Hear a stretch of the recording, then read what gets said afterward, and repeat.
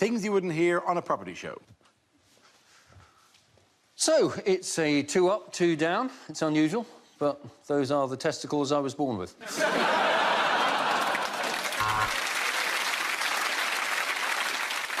Welcome to the show. We'll be looking at houses that have been designed by someone's nan. Yes, it's grand designs.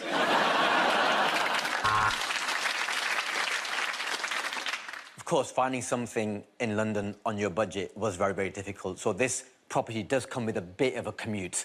Welcome to Stoke.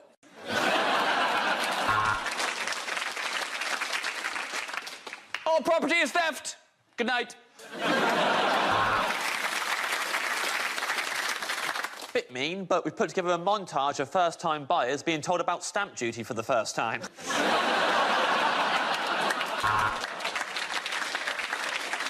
I begged Gary for an extension. He went and got a conservatory. I actually meant a penis enlargement.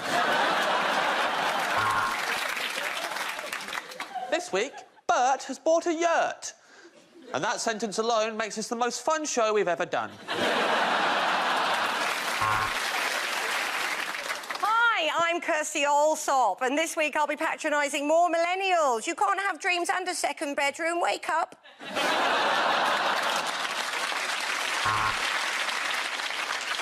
Well, this used to be a railway station, but there haven't been any trains here for nearly 40 years. It's Haywards Heath on Southern Railway. And Simon has converted this railway carriage into his very own office, just by yelling into his mobile phone like an arsehole.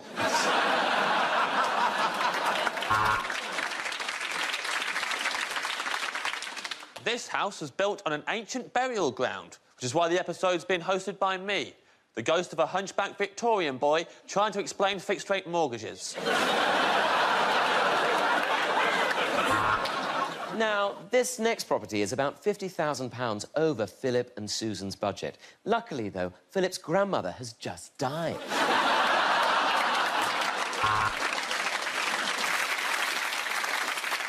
Loads of notorious people live on these here branches. Piers Morgan, Katie Hopkins, Donald Trump. So, what? Escape to the country? No, this is escape to the...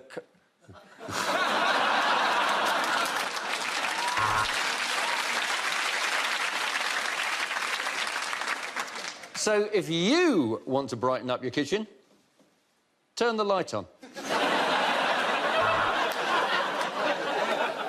Susan turned her 2-bedroom house into a 10-bedroom house by putting a bed in every room.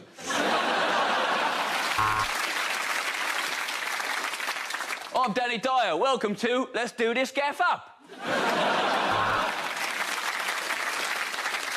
Well, there you go. Immediately, you can see how much roomier it looks without the old lady and the oxygen cylinders.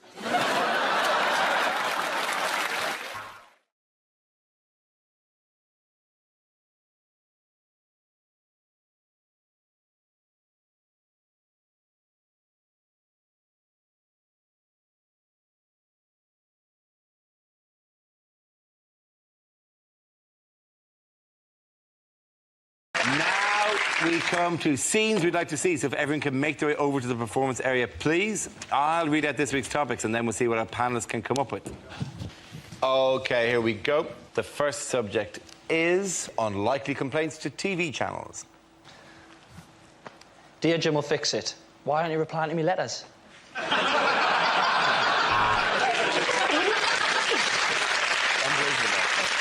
Dear Living TV, stop breathing on me, you're freaking me out.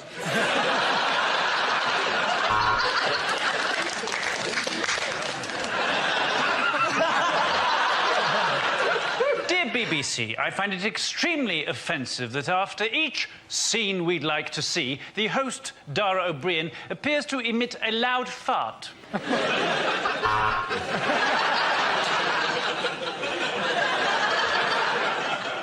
Dear BBC, why have you given Andy Parsons that ridiculous wig this week?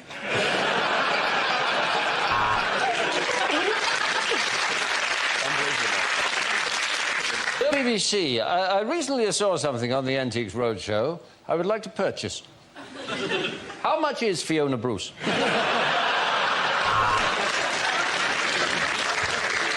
Dear Dragon's Den, I have lost my keys, and for that reason, I'm out.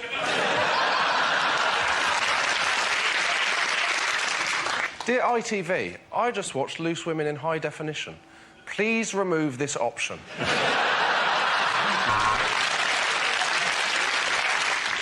Dear Bage Station, sorry for the scrawl. I'm having to write this with my left hand.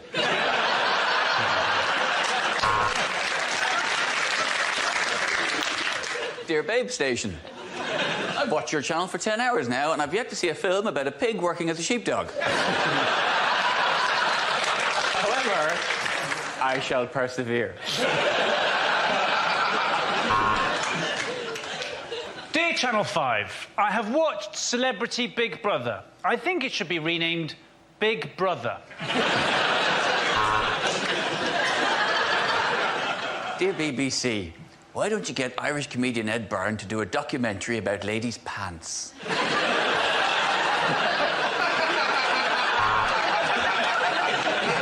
Dear Dave, have you seen Phil? Yours, Bob.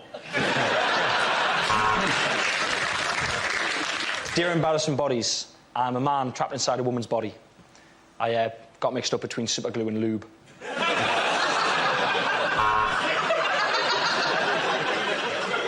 Dear Dave Jarvu, have you seen Phil Jarvu? Yours, Bob Jarvu.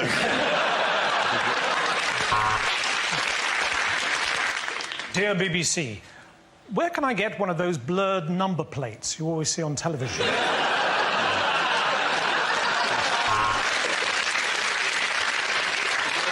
Dear Embarrassing Bodies, I think there may be something wrong with my penis. I've enclosed it in an envelope for you to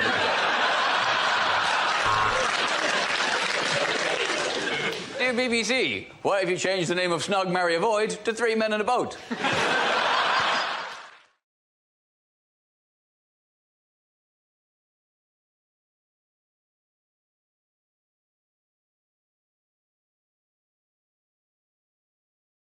Okay, here we go. The first subject is unlikely things to hear on a property show. 6 months in, and Mike has fallen out with the builder. There was no window there, and neither of them noticed. With violence and strong language from the very beginning, it's a place in the Sunderland. Yes, it is north-facing, but on the plus side, it's a caravan, so you can just turn it round.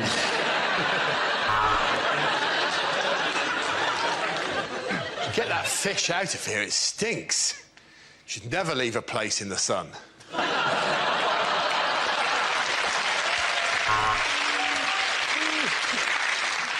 We've just 1 hour while Gina's at the shops to improve her flat in Luton. We're setting it on fire and moving it to Oxford. Well, it's another setback. This time the structure is damaged. And for the first time, I'm asking myself, will the Death Star ever be finished?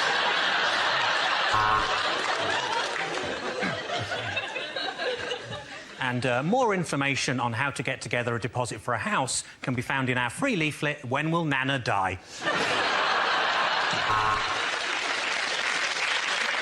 So, you bought it at auction for £100,000, but what exactly are you going to do with Middlesbrough?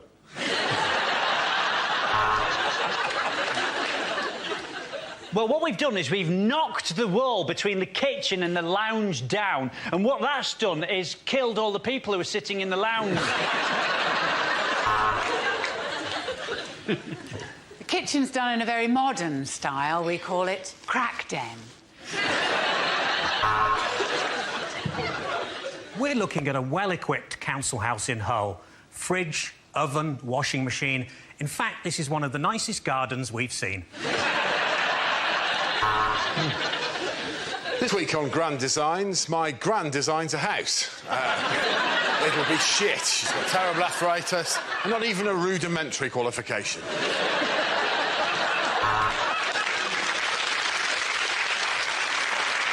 3 coats of varnish and a new rug, and Brucey is ready for his next show.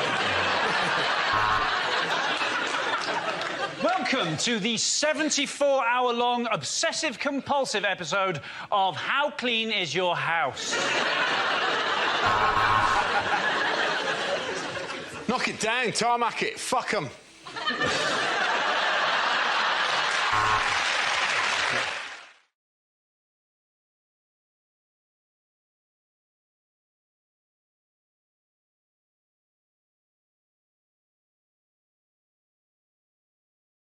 Now we play a round called If This Is the Answer, What is the Question? On the board are 6 categories. Nathan, which category would you like? Health, please. OK, your category is health, and the answer is 8. What is the question? Is it when talking to Barack Obama, how many black friends does David Cameron claim to have? Is it what might bras look like if breasts were arranged vertically? So, according to figures given to the tax office, how many coffees has Starbucks ever sold? Is it after what hour are you legally permitted to consume square mint chocolates?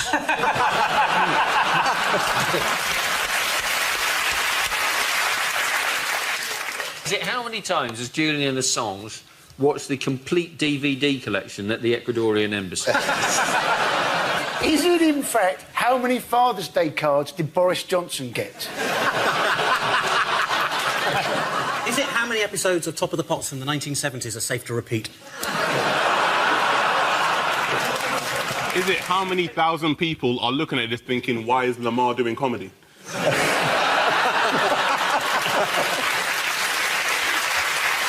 Including Lamar. Is it, in fact, how many days should this year's winner of The Voice reserve for their career? It's about the NHS. Is it, in fact, how many commandments are there now for patient care? Yes, you're absolutely right. Thank you very much, Andy Parsons. That is it. Yes, the question I was looking for was how many care commandments are being proposed for hospitals to help improve standards for patients. This is the news that the Care Quality Commission proposes that doctors and nurses should be issued with 8 fundamentals of care to ensure that patients are treated well. The charter, to be displayed in every ward and GP surgery across the country, is one of a number of proposals to improve standards of health care. Now, obviously, traditionally there are 10 commandments, but they felt unnecessary to include the one about the donkey. Is there one about the donkey? There's a donkey. It's an oxen, isn't it? Welcome to Mock the Week 458 BC. Thou shalt not cover thy neighbour's drip. Thou shalt have a right to wear a gown that doesn't show your bum. Food that can be cut with a knife. They're so desperate for money. My nan was in hospital recently and they had to kick her off her trolley because they were taking it back to Asda for the pound. I've heard your nan's off her trolley anyway. I can't offend any more family today.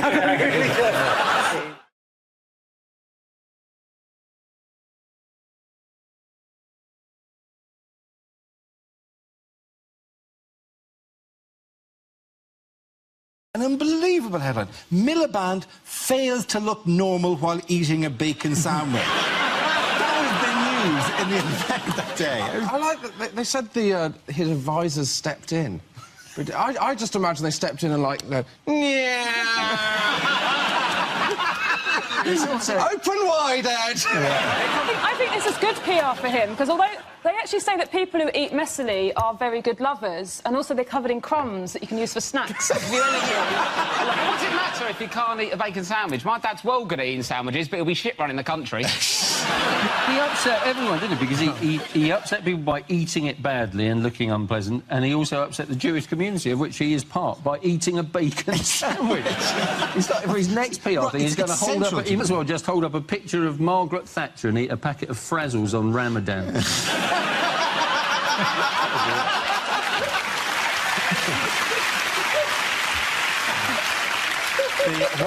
What other gaffes is he purported to have made? He was asked to estimate how much the average family spent on food shopping, and his answer was, that depends how much you're spending, which is right. That is the right answer.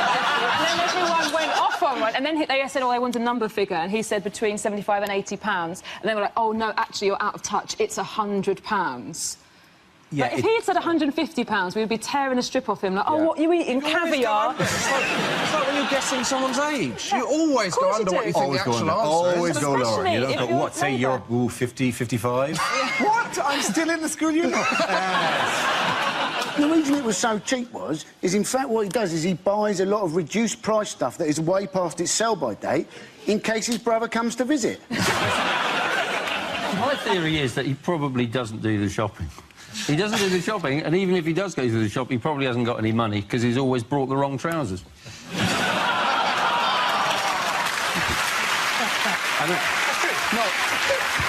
I had to think about that joke for quite a long time before I launched it. I don't want him to know how much groceries are. Like, I know that. I want him to know about things I don't understand, like the economy, healthcare and spelling. Yeah. We spend too much in my house because my boyfriend's obsessed with nectar points. So he buys whatever gives you extra nectar points because he thinks if there's an apocalypse, the nectar points are going to outlast sterling as currency. He might be right. You can't do that because technically you're an unsecured creditor of the supermarkets because I got wiped out on my Nando's card. I built up 2 chickens and then they changed the point system. I was absolutely livid. And I hope you're watching, Nando's. I haven't been back since. I'm a man who takes chicken very seriously. The good thing about that is, like, if that was a joke, you would have said more than 2 chickens. It was clearly so small an amount that came from the heart. No, there is no humour there. That is just genuine anger. I'm not so bothered about social justice and the NHS, but if I'm owed a free chicken, I bloody well want a free chicken.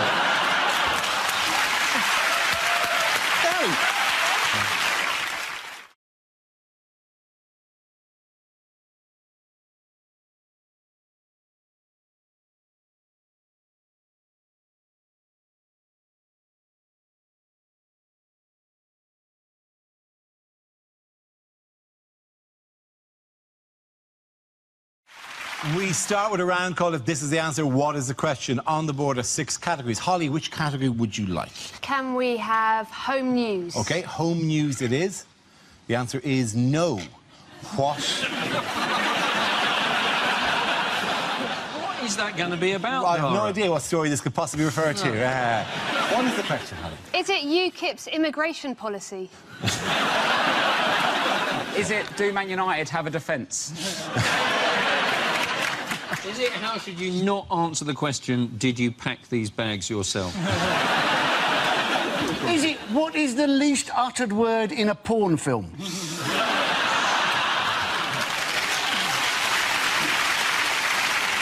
Is it what did his friends call Nostradamus? Is it what type of oil painting is John Prescott? Is it the answer to the question, do you want to be in my gang, my gang, my gang?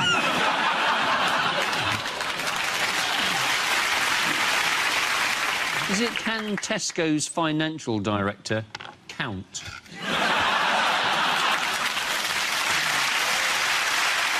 If we could possibly now move you towards a correct answer. Is it normal to take all your clothes off to have a poo? Is it would Dara look sensible in a Fiat Cinquecento? Is it do I have a tiny willy? Is it once you're over 60, should you trust a fart? Is it what the Scottish people said in the referendum? It is exactly that. Thank you very much, Andy Farage. That's right. Of course, the question I was looking for was, how did Scotland vote in last week's independence referendum? The vote, which had a remarkable turnout of nearly 85%, saw the No campaign win with 55.3% of the vote, compared to the Yes campaign's 44.7%. What do you think swung it in the end, then? I think it's probably that more people voted no than yes. It's a level of analysis we're very proud of.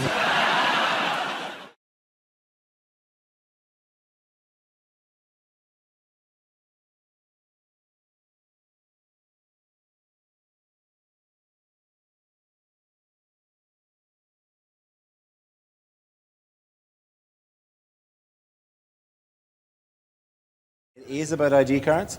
Is it Blair wins card backing? It actually is Blair wins card battle, which refers to the vote this week in the House of Commons on the proposed identity card bill, which was passed by just 31 votes. You in favour of this? You know, I'm totally in favour of ID cards. Often I wake up in the morning and I think, what is my identity? All I have to tell me are all the cards in my wallet and what my face looks like in the mirror. And I've realised that what I really need is to have my identity put on a giant computer like I'm some sort of sex case, Dara. Are you not already on a number of computers as if you were some sort of sex case? You just claimed you're on a sex offender's computer. I don't mind. To be honest, you know, it's so hard to get in the edit of this thing anyway. You might as well just pretend to be a paedophile. You get more screen time.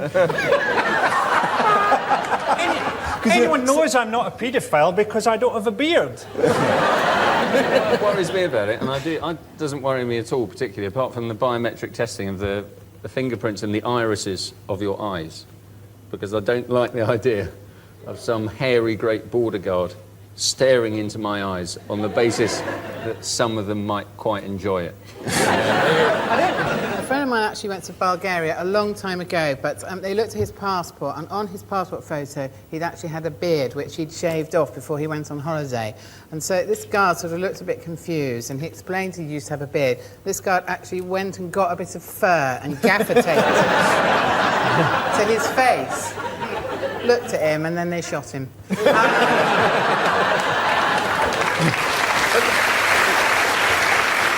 If the bill becomes law, every adult in the UK will need to be issued with an ID card, except for the Queen, who's already got one. It's called a fiver. To be fair, she doesn't look anything like that, though, does she? You mean they'll stop her at customs and go, yeah, they'll get you down. No, and they'll gaffer tape a beard onto her face. As part of the plan to keep track of suspected terrorists, such as Abu Hamza, the ID cards will feature eye scans and fingerprints. You can't help thinking there's a bit of a flaw there.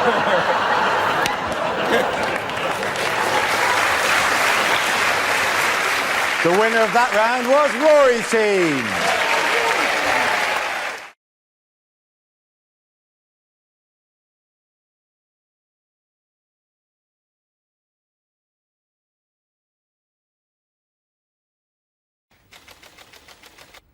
Subject is the West Country.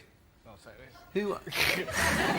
Russell. How can you not love the West Country? I've genuinely seen graffiti in Bristol during the last Tory campaign. Do you remember, are you thinking what we're thinking? Somebody had written underneath it, is it, do I like what's-its? It's phenomenal. Just wonderful, isn't it? I used to live there. I've moved away from Bristol because I was near a dogging site, which is just a bit odd, right? And, all right, I wasn't into it. I was just near a dogging site, right?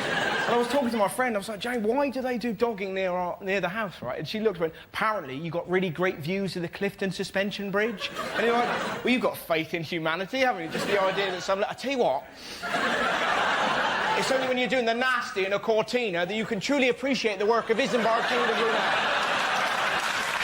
That, my friend, is craftsmanship. Shall we? Wonderful. Thank you very much, Arthur. OK, we're left with Michael and Andy. Let's spin the wheel again. The next subject is North-South divide. There goes Michael. Right, yes. Now, I am from the south. You noticed? I have been north, up the M1, and I don't know what happens to the word the. It seems to disappear at about junction 25 on the M1, and the word the just goes, that's it from me, I'm getting off. You go on ahead. Are you coming with? No, I'm not interested up there. And then you get there, and they don't have, they say, oh, fridge, oh, you're going up, what are you doing? My first experience of this was when I went to the cinema in Leeds. I saw The Lion, the Witch and the Wardrobe. I had more fun asking the woman what it is I'd booked to see than watching the entire movie itself. So what is it I'm seeing here today? Toot One, Toot Witch and Toot Wardrobe. What are you talking about? You're hearing this? Are you taking toothpaste? Yes, of course. I thought it might be a nice idea maybe to go to HMV and get a DVD of The Lion, the Witch and the Wardrobe, maybe The Good, the Bad and the Ugly, and perhaps an album by The. And just line them up on the counter. What is it I've decided to purchase here? Toot One, Toot Witch and Toot Wardrobe. Toot Good, Toot Bad and Ugly. And Toot Toot. Thank you. Well done, Michael.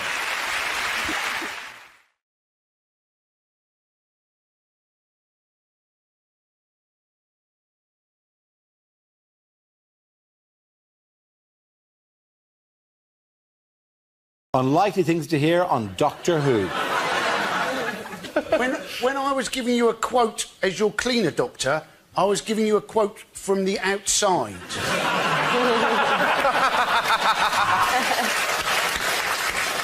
No, there isn't going to be a new Doctor. I'm being replaced by a helpline.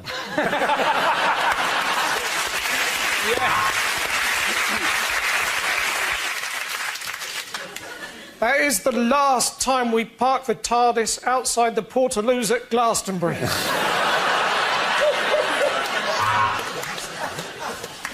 Davros, we meet again. Oh, Lord Sugar, I'm so sorry. Hey, saw you from across the TARDIS, and I think I regenerated in my pants.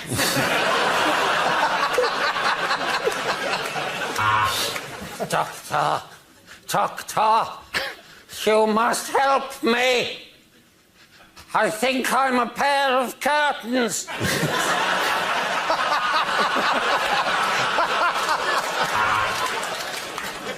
Tragic news about the Ood.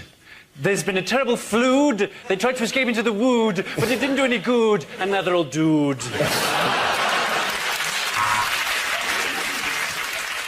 No, I'm a doctor who works for the World Health Organization.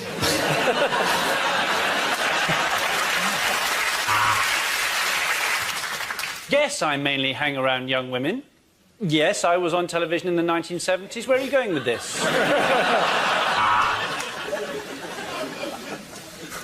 You've got to believe me, Clara. This is our best chance. Now, unzip my flies and I'll explain later. Let's go forward in time by an hour. Then we get a quid off the pizza. Now, the first thing to remember on planet Xenon is turn off data roaming. We are 10 million years in the future. H.G. Wells has just got married. You are the doctor. I am the tracheotomy patient. I am the doctor. I am 1,200 years old. And this is my assistant, who's 27.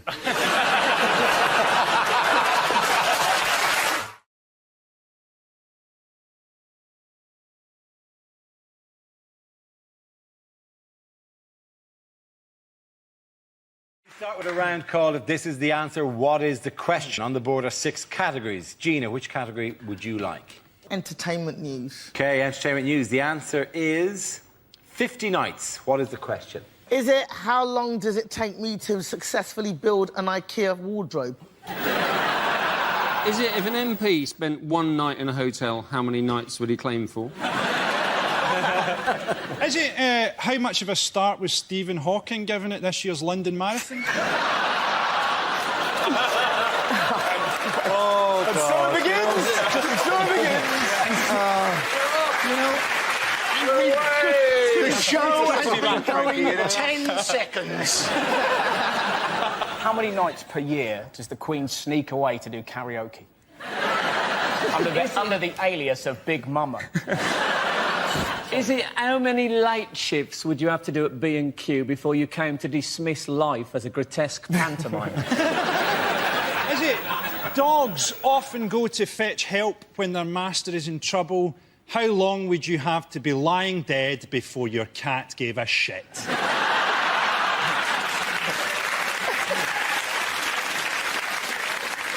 How long has Jackie Smith's husband been sleeping in the conservatory? Is it how long would it take Nick Park to film a Wallace and Gromit porno? Is it... I like that, only working at night. How long did it take Lady Gaga to perfect tucking her penis between her legs?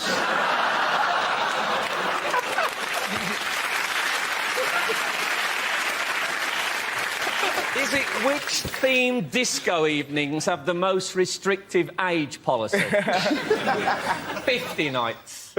No? Is it...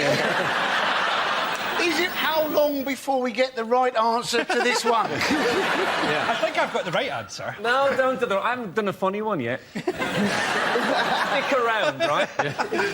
Is it generally speaking what separates 51 days?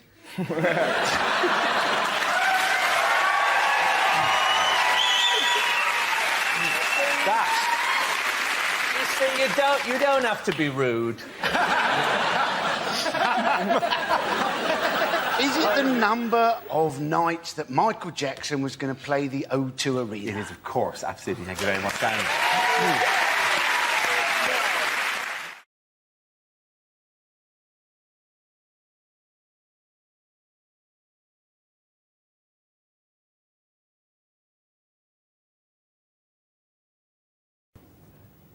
The most important thing to remember about crime is that any law only makes sense in context. Look at sport. Punching someone repeatedly in the face is lauded in boxing, but is seriously frowned upon in table tennis. Similarly, if you come out of your corner in a boxing round bouncing a little ball on a bat, it's going to be literally seconds before you're staring at some lights. Furthermore, Moses.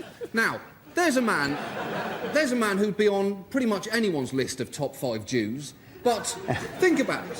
When he led the children out of Israel, he was technically guilty of 3,000 counts of abducting a minor, bush arson, trespassing and abducting the sea. And yet he walks free today. There really is no justice. Well done, John. Very good. To Dan. OK, the subject is alternative energy sources. Who's going to come in? John. Despite what the government say, we do not need nuclear power in Britain. There are many great new alternative energies out there. Much of the Middle East is currently able to harness the power generated by hating America. Every flag burnt there is now hooked up to an enormous generator which can power a fridge in Tehran for a week. And this is renewable energy, because America have pledged under Kyoto to produce a new flag for everyone burnt. So, in winding the entire planet up, they are in fact pioneers in easing our reliance on fossil fuels. And we've got to do something. Britain is now so terrified of any rise in petrol prices that people in Britain have been seen at recent oil slicks wedging seagulls directly into their petrol tanks, screaming, "I've got to get to work! Keep still and tuck your wings in!" Well done, John. Please, sit down. On that. John. I, like most people, simply cannot understand why recycling my old tin cans has not sorted everything out. I want a proper explanation. At the very least, I want all my old tin cans back. What are they doing with my cans? We in the West are responsible for this. We consume far too much in the West, but if you want to talk about overconsumption, how about books? Millions of books are printed every year and most of them go completely unread. If we really want to save the planet, we need to return to the art of verbal storytelling. If an author has something that they want to say, they need to jump onto a horse, ride to the nearest village and start shouting. Let's see if Dan Brown has quite so much to say after that. Is it how many people actually care about the environment? I mean, actually, genuinely care. Don't say they care, but actually care about it. At a gut level. Well, let's face it, we all have far bigger and more tropical fish to fry. Greenpeace constantly thump on about how we must save this planet for our children, our children's children, and our children's children's children. But hold on, what if they don't have any children? They might not want children. Let's not spend what is quite a lot of money on hypothetical children. Yeah. Also, I know kids, they like bikes. They like shiny red bikes. I promise you, you show a kid a clean rural stream and a shiny bike, and I'll show you a kid sitting on a bike whilst pissing in a stream. Are they not the future? So, you spray on. Where did all these flags come from? It's Beirut. You can't buy a loaf of bread, but you can get 200 Danish flags to burn. What's that? You realise that most hysterical people now have got filing cabinets filled with all flags from all nations of the world, ready soaked in paraffin, just waiting for someone to say something unpleasant. Oh, what's that, Luxembourg? Oh, that's an offhand comment about Islam, isn't it? How do you like this? Any more for any more? I will take all of you down, Portugal. You're here somewhere. Do you know what's very strange is that 27 years ago when I was at university, I studied Muslim law. I was one of the first people to study Muslim law in this country. And I'm also Danish, and I have never been so popular with the newspapers. They go, where can we find a Dane who knows about Muslim law? Wait a second. Whoever thought those two things in my life would suddenly come together? That is the weirdest Venn diagram in the world. It is right? strange. Set of all the people who are Danish, set of all the people, and then just you in the middle. No, that's it. I'm it. I'm the one. Yes, yeah. in the shaded area. Yes. It's just... The Danish paper said that all they were trying to do was test extremist Muslims. You think, oh, well done, that was a fantastic idea. It goes right down with the whole kind of whether a bull can pass the whole red rag test as it's waggled in front of its face, or testing how hot a fire is by shoving your hand into it and go, oh, it is hot, I have burnt my hand, I thought I would, but it's nice to know that, it's nice to be sure. I'll check again. Still hot. Yeah, still hot. In these volatile times, ow again. Bob's owl fight aftermath. He didn't stand a chance. The owl constantly had the high ground and kept swooping and swooping. And he tried to fend him off with, like, a rolled-up leaflet about something good, but he just kept going. It attached itself to its head, and he can't be seen to hurt a living thing. He's a kind man, but eventually he just had to kill it with a brick. His tactics were always bad in that he actually tried to sneak up on the owl, but then the head spun all the way around. And the owl said, gotcha. Oh! Don't ever try that, because they know exactly what you're doing. Great fighters, the owls. Who would win in a fight between an owl and a tiger? An owl. An owl. An owl. An owl has the high ground, Linda. The tiger, it's just going to come down. Exactly. The owl would basically adopt Muhammad Ali's rope-a-dope. It would make the tiger just swing itself out and then just go in and peck it. I think, hand on heart, we all know this is not making the edit. Our first topic is sport. Who wants to come in on that? John. So the hunt for the New England manager is now on, but the most exciting thing about this is it's actually going to be a hunt. The FA have bought a pack of hounds. They've given them a sniff of Alf Ramsey's old hat, and they were last seen marauding across the English countryside, tooting on their horns.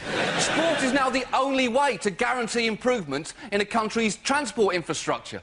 Again, look at the Olympics. We're going to get this Olympic javelin train, which will go from King's Cross to the Games in just 7 minutes. But once again, the most exciting thing about this is it's actually going to be a javelin. You're going to have to get on board it, like a witch would get on a broomstick, and then Steve Backley is going to throw everyone just short of their destination. Very good, John.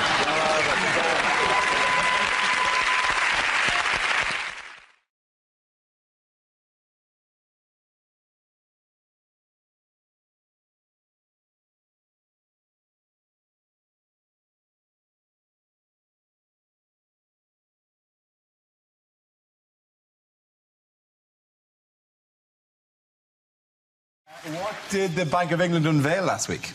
I think it was a new fiver, wasn't it? This is the new fiver, my friend. This is the new fiver.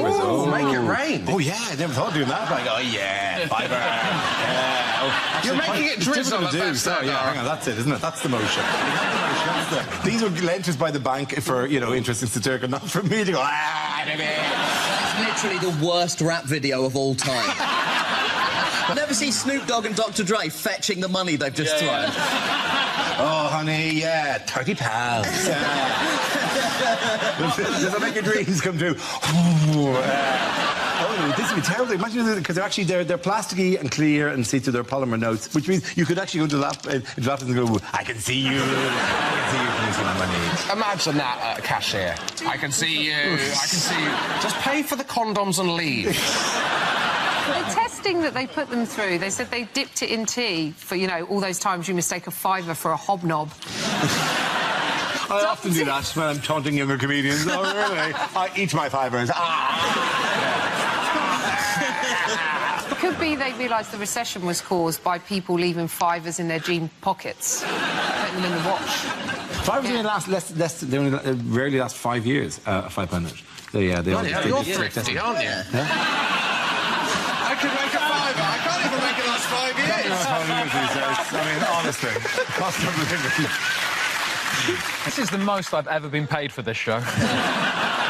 You can't rip it, can you? It's very difficult to tear. Very Awful difficult to burn. news for magicians. That'd be so irritating, actually. Make it toing. Oh, come on. Sign it for me. Oh, is it here? Toing. Ah, come on. Bloody fivers. I like that Have you ripped the new ones given to us by the Bank of England specially? Have you literally torn? Well, they should have made more of an effort to make it stronger.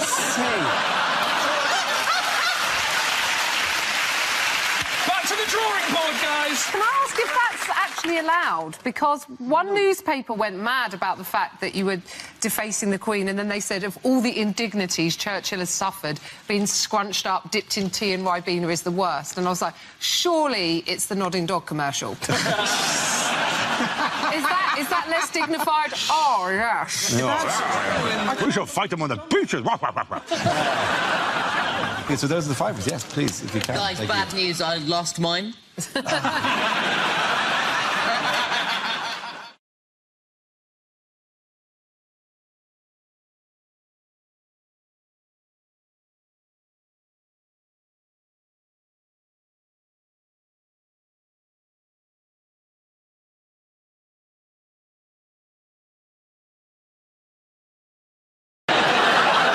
Other news, why was a Preston to London megabus stopped by the police on the motorway this week? Just the usual reasons. This was the story where a passenger reported seeing some smoke coming out of some other passenger's bag, thought it was a bomb, turned out it was a fake cigarette that was producing water vapour. Now, let's face it, if you've been pulled over, loads of police have arrived, you've got guns in your face, you're being accused of being a terrorist. That's not going to help you give up smoking, is it? They shut the M6, 7 police cars and riot vans, 13 fire engines, 4 ambulances and an army bomb disposal truck attended the incident. They walked the people off with their heads in their hands. It was like, you know, and made them sit in the middle of the road. Those people on the megabus, that's not the first bad trip they've been on. When they were sat on the side of the road, you could see some of them going, this is the most luxurious part of the journey so far. I'm always really freaked out by megabus. It's not the weirdest thing in the world, the megabus. Nothing against the bus service itself, but when you drive, like you drive a lot of time on the motorway, going to gigs, like the back of the megabus when you're driving along, like for those of you who haven't had the pleasure, there's times you just get hypnotised by that weird. There are many things I've observed. Firstly, why does that man have such large breasts? Hours staring at that man's breasts going, that is insane. What kind of... Where can you go for £1? I thought you'd have to contact Megabus. There's an address there. I'd have to put plus a 50p booking fee as if people are going to go, well, that's a rip-off. I walked in here with this in my hand, expecting to be transported to a faraway land. Then I find you want more money off you? Screw you, Megabus man. And a big yellow man with enormous bazongas looks disappointed behind the counter. Oh. That is the I apologise to the room. I know that when you're disappointed, you don't go, I am disappointed. Well, Megabus represents the top of the list of the decadence of the West, is it? Yeah. We will bring the West to its knees. Middle-aged women from the North will no longer be able to go to matinees at the West End. Students shall not visit their girlfriends in faraway towns. Do you think when they were dragged off the bus and they were all sort of sat around it, they were still close enough to the bus to be able to use the free Wi-Fi? They email the photographs of their own terror alert. The other really irritating about this for the entire... In my ear, constantly, people are going, wear the hat, wear the hat, wear the hat, wear the hat.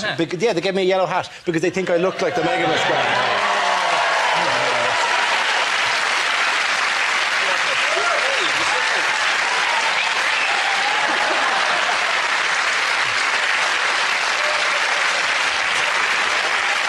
That means that man looks like a penis sausage. They should call it penissausage.com. Oh, something else is already called. You're just bringing this up to try and make everybody forget that you look like a penis sausage. That's exactly what's going on here. You just look like a penis sausage in a yellow hat. Oh, no!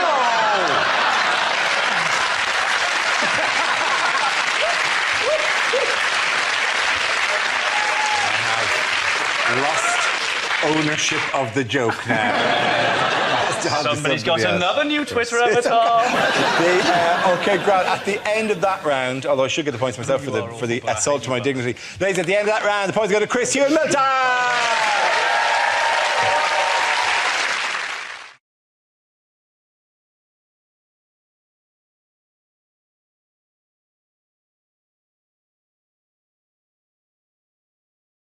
OK, here we go. The first subject is unlikely things to read in a political memoir. So we were playing Truth or Dare, and I didn't want to tell the truth, so I shagged Edwina Curry.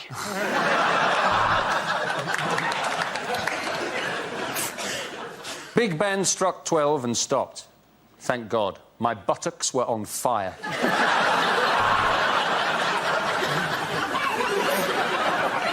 I thought I'd pressed the button that summoned the tea lady. Imagine my surprise when it turned out I bombed Russia. I think the greatest thing about meeting the Queen was listening to him singing Candle in the Wind. Say what you like about Robert Mugabe, but that moustache makes all the difference to foreplay. I suspected that John Prescott was having an affair when the four legs of his desk came through the ceiling above me. I was actually at college with Saddam Hussein. We were at Sussex together doing chemistry and combined inhumanities. At the start, there were 3 women in the cabinet, 5 in the cellar and 2 under the patio. Deciding to go to war was one of the tensest games of eeny, meeny, miny, mo I have ever played. We'd sometimes break up boring cabinet meetings by convincing David Blunkett he was black.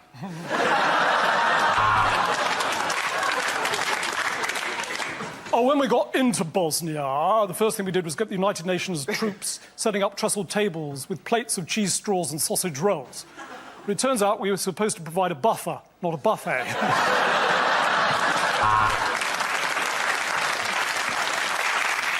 John Prescott, a book by me. Take that, you bastard, he said. No one fucks with Mahatma Gandhi.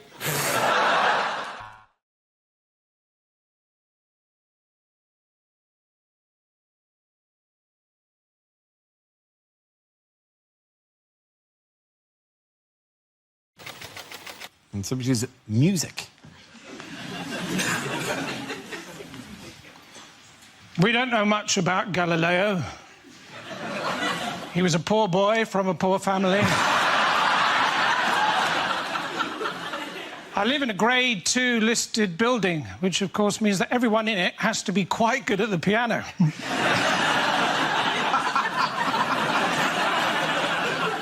I'd like to take the band ABBA out for lunch, and if I could, I would, my friend. For Nando's. Like a school. You are looking at a very proud Canadian who's very proud of the education system in Canada. No, I was horrible in school. I failed math so many times I can't even count. I preferred French over chemistry because the chemistry teacher and I just didn't have any, rapport. One teacher said I'd be a better student if I spent less time flirting. I immediately jumped off his lap. One teacher used to always say I wasn't very observant, but you know what? That was his or her opinion.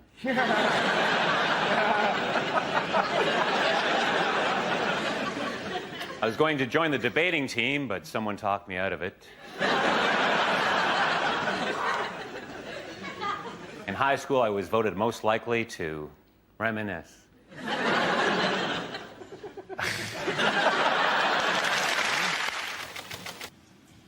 OK, the topic is health. Where you go? I'm a lot sportier than I might look. In fact, I picked up a little niggle at the gym the other day. I mean, he pronounces it Nigel. I had a very stressful journey getting here today. All the way, this lorry driver was right up my arse. But it was nice of him to give me a lift. I spent most of the afternoon hanging out at the swimming baths. And then somebody told me and I tucked it back in again.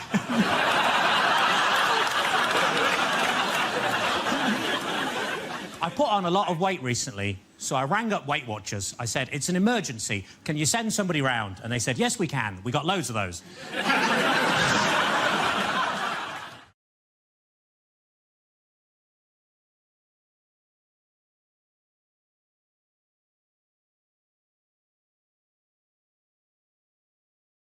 OK, here we go. The first subject is lines you wouldn't hear in a sci-fi movie. Captain's log, stardate 21:35. It's a Tuesday. Actually, Jeremy Carr's just got the DNA results back. And apparently, Luke, I'm not your father. Commander Skywalker, bad news. We left R2-D2 outside to stand guard, and the council took him away for emptying. I've seen things you people wouldn't believe. I've seen attack ships on fire off the shoulder of Orion. I've seen... There's a giant satsuma in front of the ship. Go to orange alert. First, there were snakes on the plane. Now the British remake, Wasp in a car. You can't win, Darth. If you strike me down now, I shall become more powerful. Get off, you prick!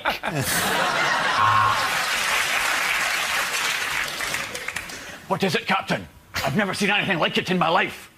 Of course not, Scotty. It's the sun.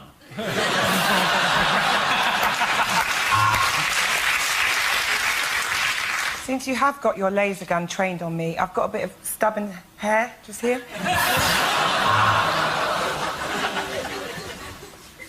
Permission to beam down to the Forbidden Planet.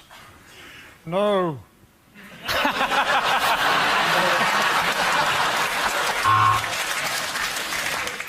I can see dead people. That's because I'm watching UK TV Gold. Here are the sci-fi football results. R2-D2. C3P 0.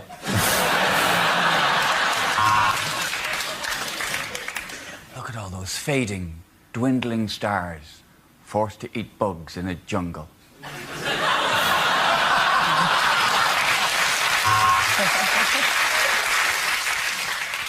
If you leave our protection, you will almost definitely die. Scotty, do you still want independence?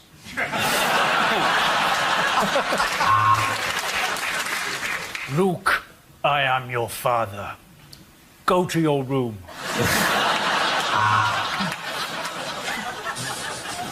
Captain, I don't like it when you call me Spock face.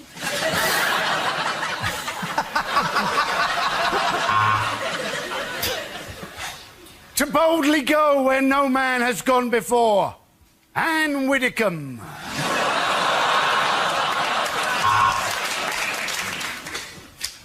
How many Klingons does it take to change a dilithium crystal? 10. 1 to change it, and the other 9 to chastise him for performing such a menial task when he's a member of a proud warrior race.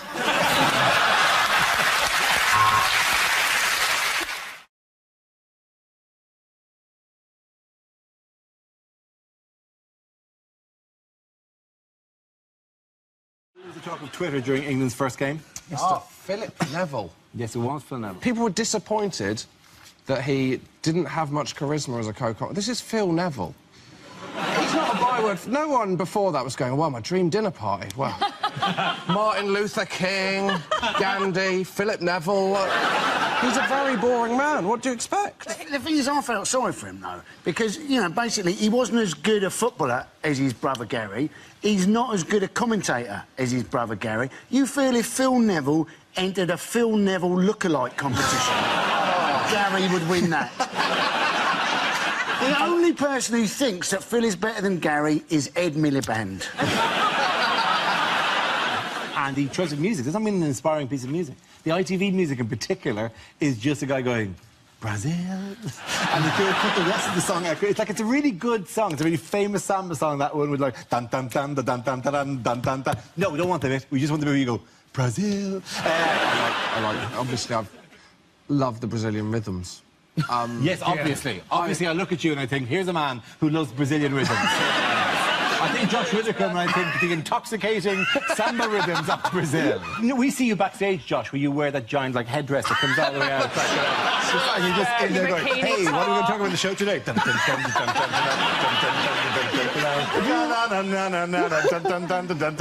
cheeky look in your face. Well, I'm looking forward to when they watch this bit of the show and then get you in for the final. It's going to be brilliant, isn't it? You sambling across the ITV studio. If they flew me to Brazil for the final, I will wear the headdress. I am dun dun dun dun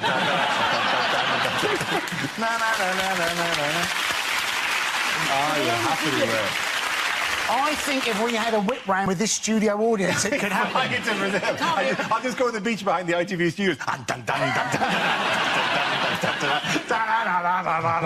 will not go! I will not go! It's a public beach! Carried on! Climbing up the glass window behind the BBC studio. Bam, bam, bam, bam, bam, bam. Oh, yeah, I love that. How would you do that? In the football team, they had all their passport numbers revealed, didn't they? They got them given out. Apart from Wayne Rooney, who doesn't, in fact, need a passport anymore since he's been chipped. So...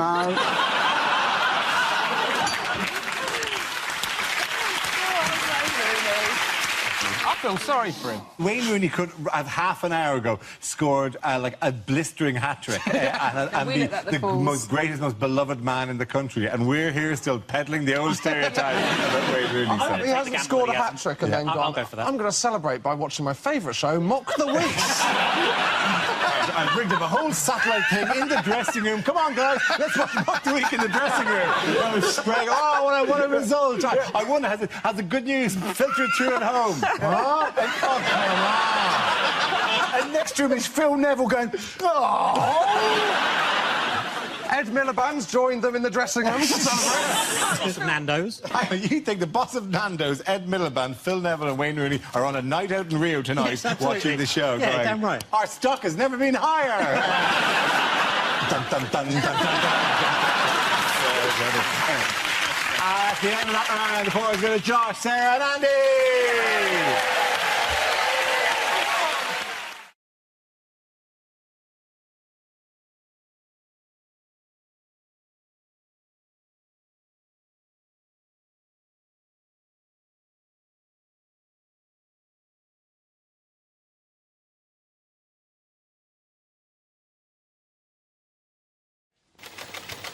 The next subject is technology. Josh. I'll take that. People say technology is moving forwards, but I'm not sure about this. I'm increasingly finding myself at these cash points where they can't even be bothered to make the buttons line up with the screen. There is no stress in the world like that. So they're going, please, God, let this be 20 quid. If this is 40 quid, I might as well just kill myself. Worse, if it's one of the cash points where you go up and the screen is angled so the sun is on it. You go for 20 quid, you leave with a new PIN number and a chequebook in the post. I want to cancel, I don't want to clear, I don't know which. What's the difference? You get your card back trying to put it back in, people going, piss off, mate, it's not winner stays on. I'm already stressed as well when I'm at cash points. I've already had to stand there for 10 seconds, unable to put my card in, because it's still thanking the guy that's already pissed off. Who is hanging around for that? Okay, I've got my card, I've got my cash, hold on, guys. It's been an absolute bloody pleasure doing business with you. Thank you. Thank you very much, Josh. Well done. The first subject is holidays. Who wants to come in on that? Josh. Not very good holidays, as it turns out. I bought a tent to go camping recently. I don't know if I've not done this before. I bought a 2-room tent. And then you get it home, and it turns out the 2 rooms they give you from your house are the bedroom and the porch. I'll show you. If I was going to take 2 rooms from my house on holiday with me, very low on the list would be the porch. I would choose the bedroom and the bathroom. So not camping. Never have I woken up at 4 a.m. and thought, I need to get to a porch. I don't get to a porch, there was going to be an accident. If there was no porch on your tent, you wouldn't have an issue. You wouldn't get your tent out and go, oh, my God, no porch. Or where am I going to put my hat stand? I've got yellow pages and 84 pieces of junk mail. I need a porch on these things. I never went on good holidays when I was a child. My dad was one of those people that was afraid of flying. He'd go, it's not natural, is it? Because if we were going to fly, we'd have wings. It's for birds, it's not for humans. But that's a terrible argument, isn't it? Because that's what technology is for. Helping you do things you couldn't do otherwise. If you give him a bottle of wine, he doesn't go, well, I'm not opening that because I don't have a curly finger. The first subject is catering. Anyone's given that? Josh. My favourite place to eat is the breakfast buffet in a hotel. Because at a breakfast buffet, I will eat absolutely everything. That's the rule, isn't it? At home, I will have cereal or toast for breakfast. At a breakfast buffet, I am having cereal and toast as my starter. In combinations you would never consider at home. Coming back and what have I got? Well, 8 hash browns, topped with some Dutch cheese, actually. I have 4 pain au chocolat, 6 croissants, some segments of a fruit I've never heard of, and 12 of the smallest orange juices you have ever seen in your life. I eat so much at breakfast buffet, I'm so tired, I have to go back to bed. And then sleep through to my next breakfast buffet. I'll be mixing the cereals, going crunchy nut cornflakes with shreddies. Who do I think I am, Heston Blumenthal? You've got to do it, don't you? It's like when you're in Nando's, they give you the plastic glass to pour your own drink. I think, well, I'd be an idiot not to make myself a spranter in this situation, wouldn't I? What am I having? Having a Sprocofola, actually, yeah, all of it. What did it taste like? Utter shit, absolutely terrible. And the first subject is identity. Who wants to come in with that? Josh. I had to sign for a parcel recently. That's got a lot more difficult, hasn't it? It used to be simple, didn't it, when you get a pen and a piece of card. Now you're given this kind of digital screen and plastic stick. And all you can do is some kind of zigzag up and down line. That bears no relation to any signature that has ever existed ever. Is that your signature? No! It's like the mark of Zorro. Is anyone checking this at the post office going, I've got bad news? Zorro is back. And he's signing for every parcel in the United Kingdom. I struggle filling in these forms, but I filled in the census last year. My favourite question was on the final page. There was a question that said, please fill in the details of anyone that doesn't live with you but stayed over on the night of March the 23rd. That's going to be very awkward if you've just had a one-night stand, isn't it? Good morning, a few questions. What is your occupation? What do I know? Well, I'm telling the government, actually, yeah. It's not the kind of thing you can just drop in, just go, morning, do you take sugar in your tea? Also, would you describe yourself as Caucasian? And next subject is charity. Who wants to go with? Josh Whittaker. Charity work doesn't always go well. I had a situation when I was 10 and my school was raising money for the local church roof, because it's always the church roof. I don't know what the problem is with church roofs. Well, they're spending the money elsewhere. You're going, yeah, well, the roof's ruined, but we've just installed a hot tub, so come and praise the Lord in there. We all had to do different things, and me and my best friend Thomas decided what we were going to do. We were going to walk the 3 miles to our nearest market town, wearing Wellington boots full of custard, right? We thought this would be good. And it would have been good, but for one small issue, which was when preparing the custard for the Wellington boot, my mum didn't think that we might want it served at a lower temperature. And you would serve it on an apple crumble. I tell you now, there are a few things in your life more terrifying than looking at your Wellington boots and seeing them steaming at the entrance to stars in their eyes. I said, I'm not putting my foot in there, that's boiling hot. Mum said, isn't that the challenge? No, that is not the challenge. Don't know if you ever put your foot in a Wellington boot of boiling hot custard. A few of you might have. What is it? It's similar to a hot bath. With a hot bath, it goes something like this. It goes, that is too hot. With a Wellington boot of boiling hot custard, more like this. That is too hot. And suctioned on. It's like a medieval torture devised by the Chuckle Brothers. Yeah, and this is doubly humiliating because I've had to go in 3 times to break the skin on the custard. The next subject is parties. Who wants to come in? Josh Whittaker. Looks like an exciting party, doesn't it? I got invited recently to a thing called a traffic lights party. I don't know if you've been invited to one of these. What it is, if you haven't been, it's a party for single people, and it is the bleakest thing humanity has ever done. It's a party where you go wearing the colour of a traffic light, depending on your availability to sleep with a stranger. So you wear red if you're not available, orange if it's a maybe, and green if you have absolutely no self-respect at all. I didn't go because I'm a driver, I know how traffic lights work, I know how that party's going to end. It's going to end with one girl stood in green, and then a queue of men with me at the back, slowly pushing forward, going, please be still green when I get there. Please be still green when I get there.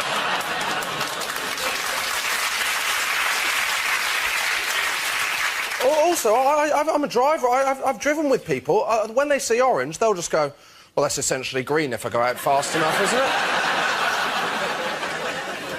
Who is wearing red to a traffic light party? If you're wearing red, you do not need to go to a traffic light party. What are your other options? Turning up at A&E and going, no, I'm fine, I just want to watch the carnage of others. Thank you very much. Thank you very, very much. Well done, Josh.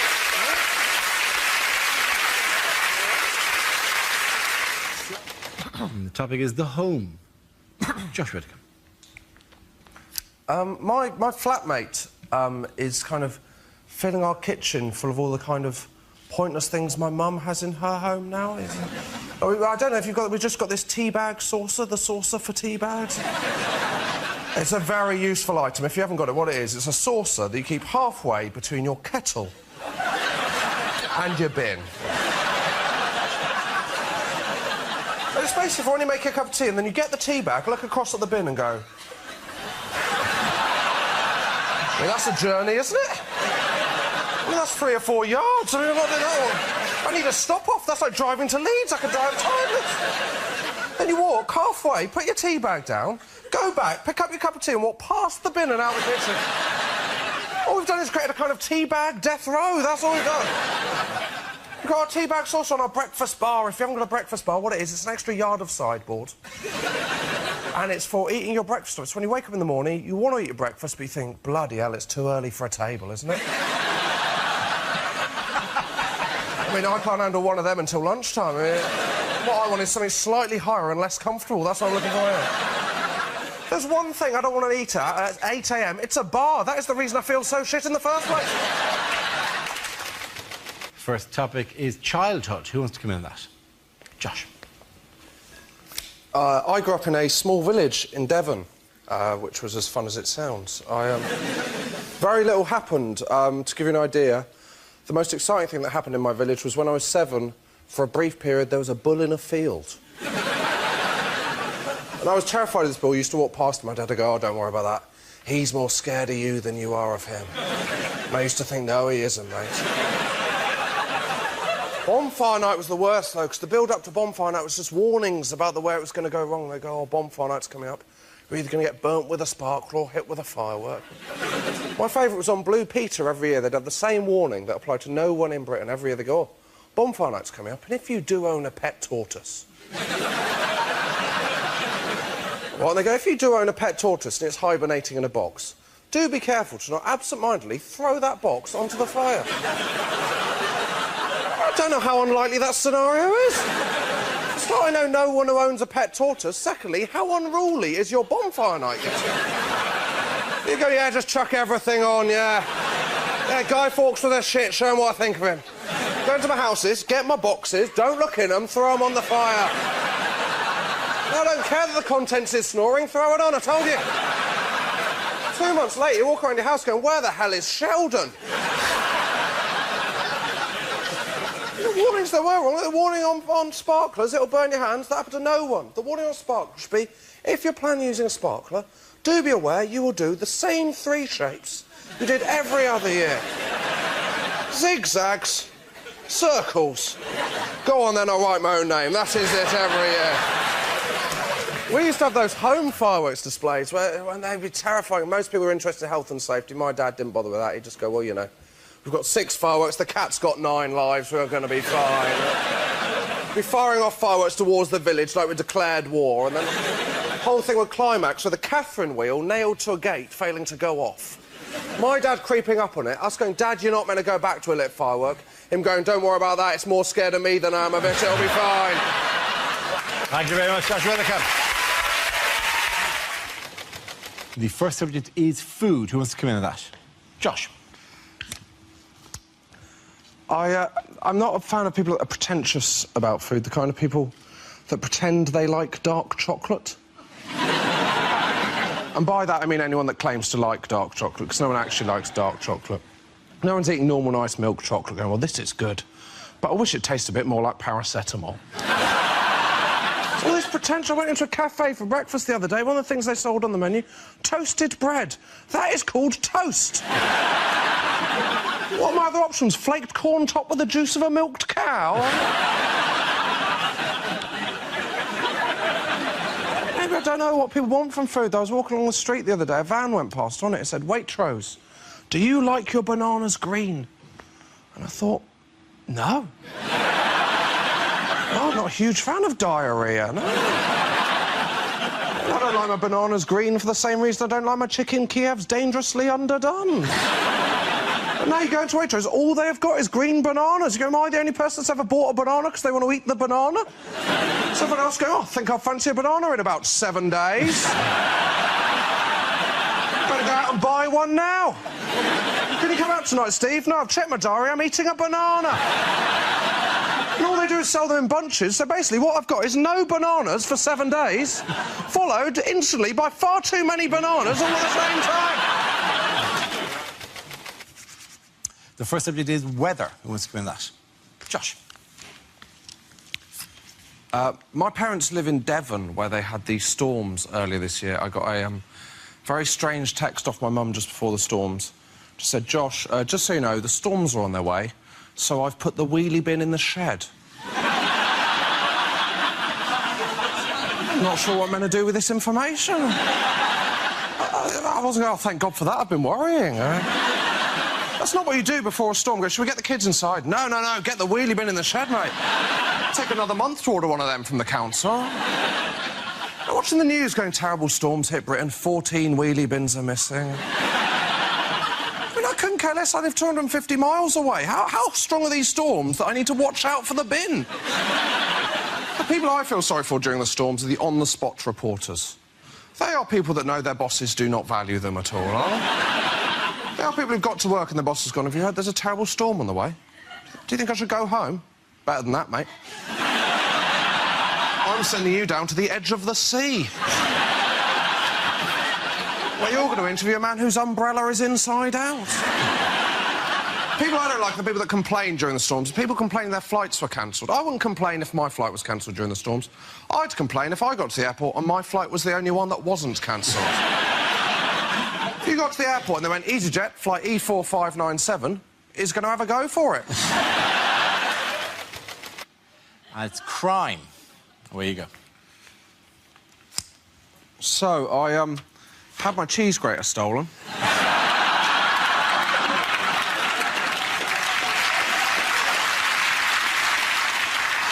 I got burgled, not for the cheese grater. When you get burgled, everyone says the same thing to you. Everyone says, oh, tell you what the worst thing about being burgled is. It's knowing that a stranger's been through your things. You go, no. It's not the worst thing about being burgled, is knowing a stranger has my things. If they had just been browsing, I wouldn't have given a shit. Offer me two options. One, come home, my laptop is gone. Or two, come home, find a stranger in my room going, well, I like this T-shirt, but, have you got it in a large? I phoned my dad and said I've been burgled. He said, we know why you've been burgled and we haven't. It's because we're in the neighbourhood watch. I said, no, it isn't. It's because you live in Devon. A small village in the middle of nothing, but mile upon mile of moorland. I mean, no one's going to burgle you because whatever they took, it wouldn't cover their petrol money. From what I can tell, the only proactive thing the neighbourhood watch does is once a month they have a meeting. All that does, it tells burglars for one night out of every 30. All houses are empty and unwatched. There's this paranoia about crime back in Devon, where I'm from. Went back recently, went into the local co-op, and it's a tiny co-op in a tiny village. But I went up to the desk, and there was a sign that said, did you know we now do legal advice? And obviously my first reaction was, no. And to be honest, I was pleasantly surprised he did sugar puffs. So... the Co-op now doing legal advice? Just too many people coming in going, I'll have 10 silk cut, a Viennetta, and I've killed a man. The first subject is technology. Who wants to come in that? Josh. I don't want to brag, but I've got a new debit card, so... Yeah, I know, I've one of the old touchy downy... If you haven't got one of these, you have not lived, my friends. Oh, my God, never did you feel so smug in your life. When they go, how would you like to pay? Just have, mate, see you later. What am I off? The future. Thing is, you get used to it, you can't go back, you're going somewhere now. Well, they haven't got the technology, do you want to just put in your PIN number? Are you kidding me? You expect me to stand here for 4 seconds pushing buttons? What is this, a Victorian workhouse? No, I'm sorry, Marks and Spencers, no. I'll be getting my Percy Pigs elsewhere in future. The worst is when you think they have the touchdown technology, but they haven't. You look like you've never used a debit card before in your life. How do you like to pay? You're just going...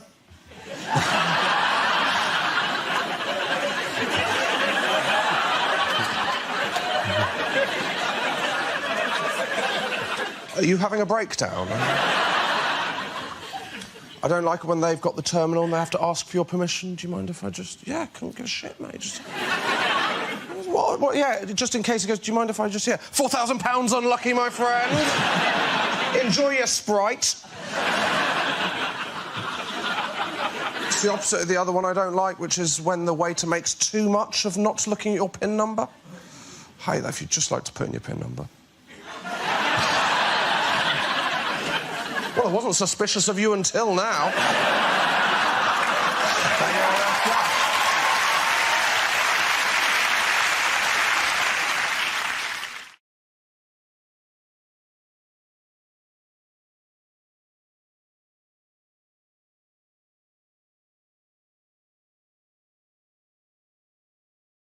The next round is called If This Is the Answer, What Is the Question? On the board are 6 categories. Sarah, which category would you like? Sport, please. OK. Very big at the moment. Sport. The answer is 3 billion. What is the question? Is the question, how many sleeps are there till England wins the World Cup?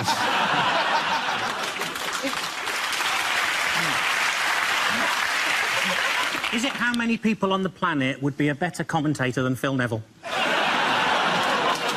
How many people will have to die in the Middle East before Tony Blair thinks that he might not be the best peace envoy there is?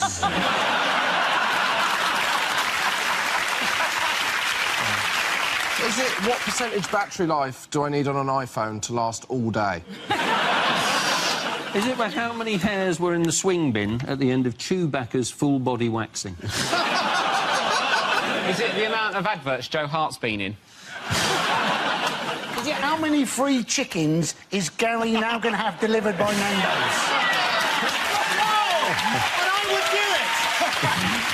You would pour yourself out for the free chickens.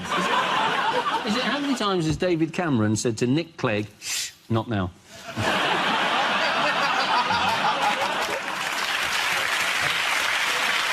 OK, I'm going to move you towards a correct answer. This is how many... It's loads. It's how many people actually watch the World Cup. Yeah, you're absolutely right. Well done. Very good. Well done, sir. Yes, the question I was looking for was how many viewers around the world are claimed to be tuning into the World Cup. This is the predicted figure of worldwide viewers, with some estimating it'll reach as high as 3.5 billion. FIFA expects the tournament to be the most watched TV event ever. At the time of recording, we don't know the result of England's second game against Uruguay, which possibly determines whether or not you reach the tournament's knockout stage, and certainly determines the mood of a lot of people watching the show at the moment. So, sad face, happy. Different know where to go on this, to be honest. So, best luck, hard luck, you know, them's break. I can't stand it! Well, you can't stand winning a match as successfully as that. Yes, that's right, I love it. I'm sure the fans don't really matter what the score was, as long as everyone tried their best, right? Yeah, high five, everybody. Some things aren't worth joking about. What's the betting? Somebody said to Wayne Rooney, Uruguay, and he said, yeah, no, and Colleen's a girl.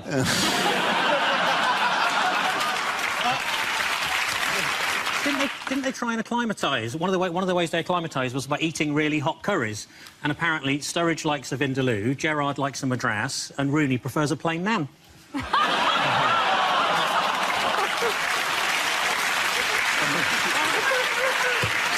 It was like 10 years ago. When are we going to forget it? Like, this show will never forget things like that. They are changing lots of things about football this year, and I think actually we could move that a little bit further. I've got some suggestions to how we can improve the World Cup. So, for instance, listen up. When someone gets a free kick, they shouldn't have to use that on the ball. They could use it on any of the other players or the ref. Use it anywhere.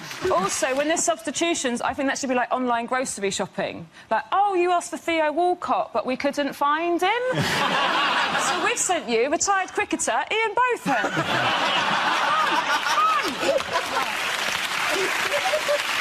Do you know what? I'd still vote for you ahead of Sepp Blatter. What other innovations have we seen this World Cup? Spray foam. Spray foam. Love it. Spray foam is magic. It's so exciting, It's isn't it? really good, isn't it? Like, really because great. it's actually, I think people genuinely think it's like a wall. It magically creates a barrier. They go, oh, like they're trapped in a crystal prison. Like Superman and I can't get out of here. I'm trapped against the glass. It does disappear pretty quickly, but if you're going to put a white line in front of footballers, it's going to go. Isn't it? I'm impressed that at no point so far has anyone drawn a cock and balls with it, which you think would be inevitable. They've not warned us about it, so it just looked like he'd completely lost the plot. You know when, like, Vanessa started writing things in Big Brother? Look, I can't deal with the pressure, I'm just spraying on the ground.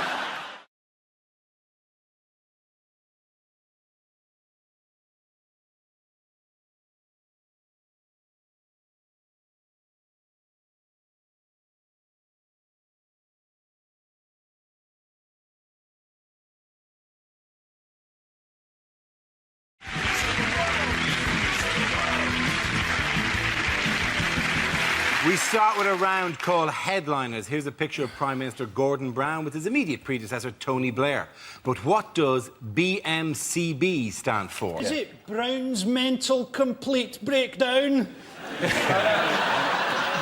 Or is it just Britain's Mr. Charisma Bypass?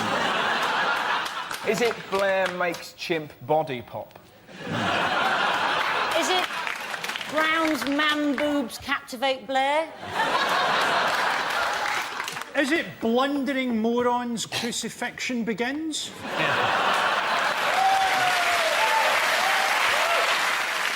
Well, is it just bollocks, my career's buggered? Sometimes that's all satire needs to be. If you look like uncles dancing at a wedding, I would go with British men can't boogie. Yes. or is it... I've still got it. I've still got it. You show them. You show them. It could be Blair might come back. Oh! Very serious. There's an interesting reaction. That came from a dark place, didn't it? Somebody over there was sharpening a scythe. OK, I'm going to steer you towards the correct answer. I think it's Blair. Blair's memo criticises Brown. I'll accept that as an answer. Well done. You've accepted. Is it the right answer or not? But what does BGMC stand for? Is it British Gas Managers Celebrate? Is it British Games Much Crapper? Is it bottled gas meets cigarette? I know this one, actually. It's Barry George, Merry Christmas. Is it bullshit generated on a Mac computer? Is it? Do you think that's how they did it? It's all Photoshop. That's why they had so many people dancing. They just did one of them and then did Control-V, Control-V, Control-V, Control-V, Control-V. It was an empty stadium with just George Bush. Is it... I've got one. Is it Bob Geldof meets Christ? Are you sure it's not barbecue's gone massively cockeyed? Surely it was in a Chinese paper. It's actually...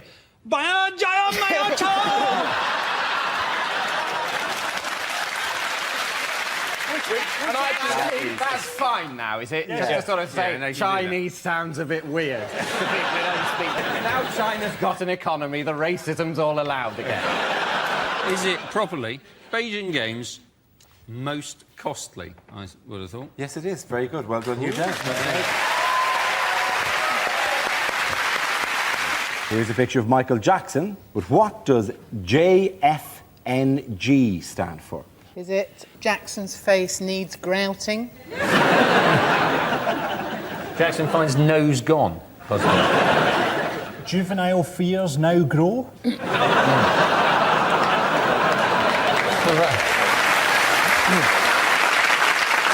Jury found in Neverland Garden. Jackson found near Grimsby. He's starting a new life. Starting a new life in Grimsby, or Grimethorpe, possibly, where he decided to join the colliery band. Because he likes being near miners.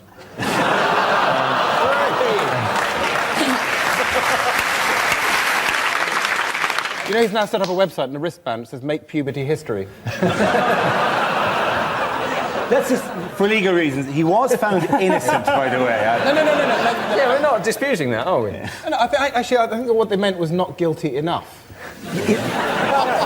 Did you see the bit after the verdict came out when the announcer on the BBC went, "At least Jackson can now get back to living a normal life." as he rides out of the courtroom on a talking gorilla. Oh, it's back to normality. But I was hoping that he'd be found guilty just so that you could see people outside with those banners saying "I love Michael," just gradually and awkwardly putting them down. I'll leave that there. Slowly taking off the one white glove. Get off. Damn, it's stuck on my hand. It seemed to all come down to that one juror that said, "Oh, I just didn't like the way that the mother of the boy clicked her fingers at me." Oh, yeah. That's not enough.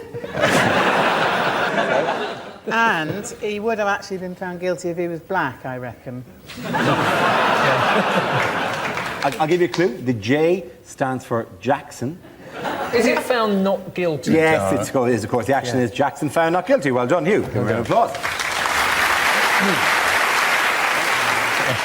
We start with a round called Headliners. Here's a picture of Prime Minister Gordon Brown in buoyant mood, but what does ROCB stand for? Is it what he looks like when he smiles? Is it really old, creepy baby? Is he just really desperate about his election chances now? He's only got one thing he can do, and he's going, right, OK, call Batman. Is it ruined our country, bastard? Is he just giving a weather forecast? Is it rain, occasional cloud, blizzards? Is it row over Cameron's bedroom? He's already in there, measuring up the curtains. What are you doing? Do you think he's actually just found a way to solve the national debt? Is he going, rollover could be billions? Is he going, there's a robin on the corner of the building? It would be nice. It would be nice if he just got more distracted by wildlife. That would be quite sweet. He's just trying to draw attention from the polls. No, there's a robin on the corner of the building. It's a true purpose. It's a true purpose that your government's in chaos. Is that a chaffinch? Is it what he's going to do on May the 6th? Is it going to be removals ordered, cab booked?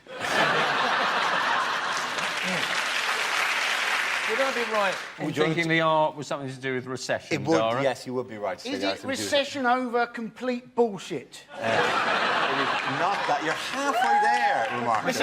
That was lovely, the unemployed people. That's it, yeah. We live in Poundland. Is it recession over confirms Brown? That's absolutely correct. Yeah. Well done. He always does it like that. First round is called Headliners. Here's a picture of some cattle enjoying the British countryside in happier times. But what does FAMB stand for? Is it Farmers Assemble Massive Barbecues? Farmers are miserable bastards. Is it fantastic? 1 million burgers. It's actually to do with their earrings. It's actually Frisians admire Mildred's bling. Farm animals must burn. That's probably as close as you're going to come. At the point at the point of seeing too literally minded, would somebody like to tell me what the answer actually isn't? And here's a clue. FAM probably stands for foot and mouth. Foot and mouth back. Absolutely right. Well done, Hugh. Congratulations. There you go. Very good.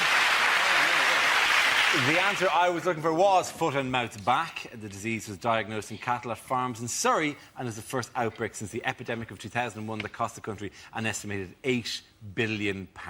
Here's a picture of American presidential candidate Barack Obama meeting Gordon Brown this week. But what does BOTE stand for? Is it Brown overdoes the ecstasy? Is it Brown orders tango enema? I think you know when you've had a tango enema. I think it is probably Britain's oddest twins exposed. Is it Brown impersonates cricket umpires? Yeah. Not taking the game seriously. Take the game seriously, It's very Michael. difficult to get all the letters right. You're not getting the rules of this at all, are you? It's very hard to get the letters according to the words. That's why it's a quiz. Is Gordon Brown watching Bill Oddie's tit extravaganza? To be honest, that is a TV show that needs to be made. Yeah. That's fantastic. Is it Brown's old Todger explodes? If it is, it's a shame that they didn't get that in the picture. Yeah. Right, Mike. I've got one that fits, I think. Do the letters match the words you're going to say? Is it? I thought today we could have actually had Carol Vorderman reveal the letters. She needs the work. Is it Brown orders tree explosion? Tree explosion? I think there's very little we can do to help you. Is it Barack Obama tours Europe? Yes, it is. Very good. The answer I was looking for is Barack Obama tours Europe. This refers to the presidential candidate's recent whistle-stop tour. After visiting Berlin and Paris, he ended his trip in Britain, where he met Gordon Brown, David Cameron and Tony Blair. Here's a picture of the effects of this summer's adverse weather. But what does RFHB stand for? Is it Reading faces hosepipe ban? Is it Rivers flooded? Help! Batman! Is it revenge for homosexuality and binging? Is it rabbits found holding breath? Is it rumour flooding has begun? I think it's past a rumour at this stage. I like the gentle, soft sell approach you're taking. Is it record floods hit Britain? Well done, Andy. We start, as ever, with our round called Headliners. Here's a picture of former Prime Minister Tony Blair recently. But what does BGBC stand for? Is it Britain's greatest bullshitter celebrates? Is it, in fact, Blair's guilt-free, blood-stained conscience? Is it? That was a lovely laugh. Is he just suggesting what he thinks the next stage in the world should be, the next thing that should happen? Is it bomb Germany, bomb China? Is it? That would have been an amazing turn in the inquiry. If you just randomly picked countries and went, yeah, if I was still in power, oh, yeah, you'd be gone. Hey, gang, is it Blair? Great Britain's catastrophe. Oh, I'll go there. Is it just a description of him? Is it like balder, greyer, besotted by cash?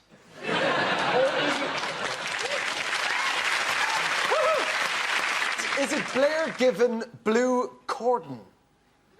You see in the picture. Oh, yeah, he has, yeah. Actually irritates me. Is it, in fact, everything the British Army didn't have when we went to war? Bullets, guns, bombs, choppers.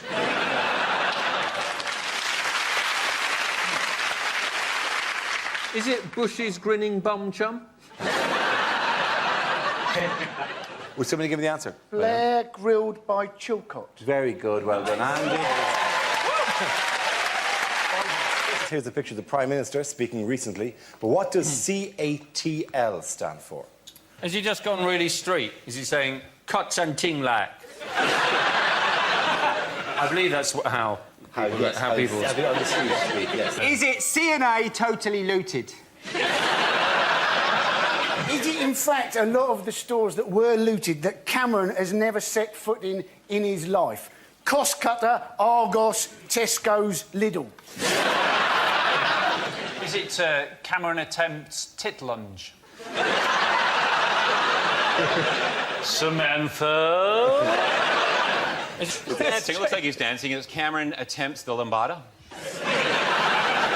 Is it Cameron's a tosser? Lol.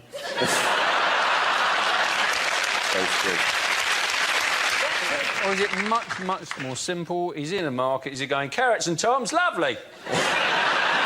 Is it actually more simple? Is it more simple? Go on. Is it, in fact, couldn't arrange a turd in a lavatory? Do you often find yourself arranging turds in lavatories? Well, that has come out at entirely the wrong angle. It displeases me. Pass me the turd wrangling implement. The correct answer, please. Is it Cameron advocates tough love? Very good. Thank you very much for your Dennis. Here's a picture of two of the world's most powerful men getting to know each other on a golf cart. But what does BCSR stand for? Is it buggy contains stupid redneck? Is it Bush chooses Scottish rent boy? Two very different tones. Is it Bush can't spell relationship? Is it blowjob cements special relationship? Is it Bush coming, Scoob? Rikes. Is it brilliant chance, sniper required? So the SR will be special relationship. SR will be special relationship, yeah. Is it Brown continues special relationship? It is, of course. Well done. Here's a picture of Leader of the Opposition, David Cameron. But what does TLEC stand for?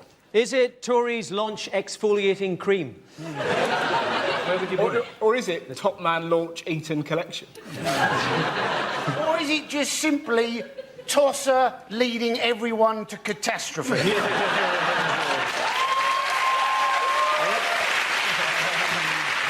Are you not a natural Tory? Or is it Tory launch extremely Caucasian? I think the people he's shaking hands with are that actual size, and it's tiny little elf convention. The elf vote is just screaming to me. It's enormous. It is ironically, it's an enormous vote.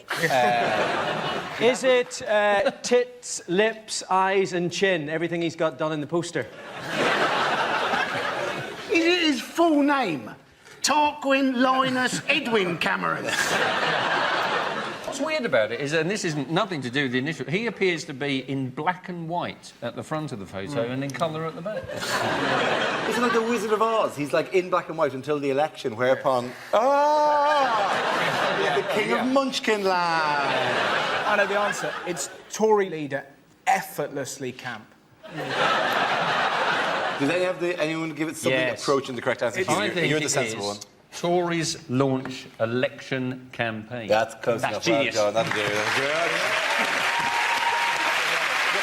You call headliners. Here's a picture of a packed House of Commons recently, but what does PTFC stand for? Is it pissed tossers face chop? Is it Parliament too few chairs? Is it in fact just everything that they've spent money on? Porn, televisions, furniture, castles. Is it Perspective tempts 15-foot cameraman? Is it politicians turn out for free cakes? About the least recognisable man in politics. Politicians try and find Clegg. Or is it they're actually playing a game, pick the fattest Conservative? Is it in fact the new Labour car scrappage scheme? Toyotas for Conservatives. Imagine how good that'd be if I managed to say Prius and Toyota. Personally, I drive a Prius. The handling is incredible. You drive my new Prius, darling. Yes. It goes 0 to 60. Or is it performers try find caption?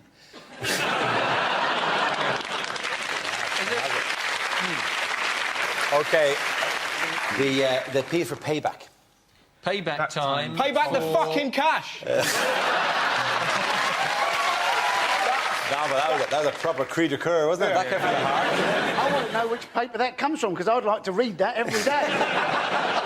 It's the Parsons Gazette. I mean, every article's the same. Look at these arseholes! Not that particular, but the payback what? Payback time, 4 Commons. Well done, very good. Thank you very much. Cheers. Yes, the answer I was looking for was payback time for Commons. This is the news that MPs have been ordered to repay over £1 million of their expenses following an audit of claims dating back to 2004. How do we feel about the MPs' expenses? It just refuses to go away, this story, doesn't it? It's like thrush. Every time I open the paper, it's back. I'm fed up with hearing certain MPs say, it's legal, it's legal. So standing outside an old folks' home dressed as Harold Shipman, just don't do it.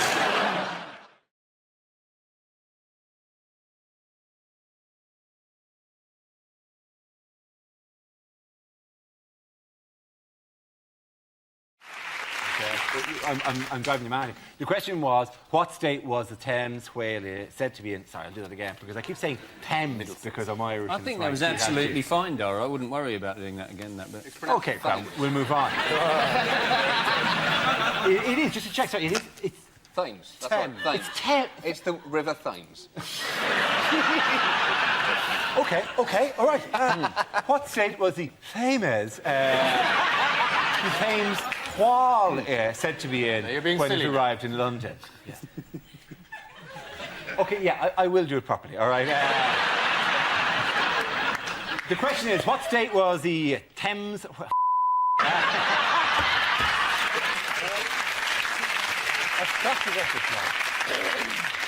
You've hit the Thames barrier, haven't Yeah, you? I have, yeah. The question is, what state was the Thames whale said to be in when it arrived in Lundon? I'm sorry. Couldn't resist it. Let's do it again. Does anyone want to know just the amount of shouting there is in my earpiece going, could we please move on? Could we? Is there any chance we could not do the entire recording about how Goring killed himself by first extracting a cyanide tablet from his own faeces? Is there any chance, Dara, you could take some control over the show so it's broadcastable at some stage? Could you? They're even shouting at this bit. Stop doing the bit where you mock us for shouting in their ear.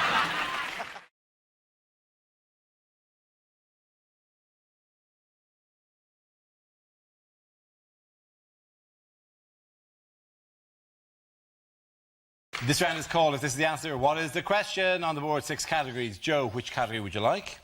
Sport. Your category is sport. The answer is 250,000. Is that the amount of Iceland dinners the robbers took from Kerry Katona's house? Do you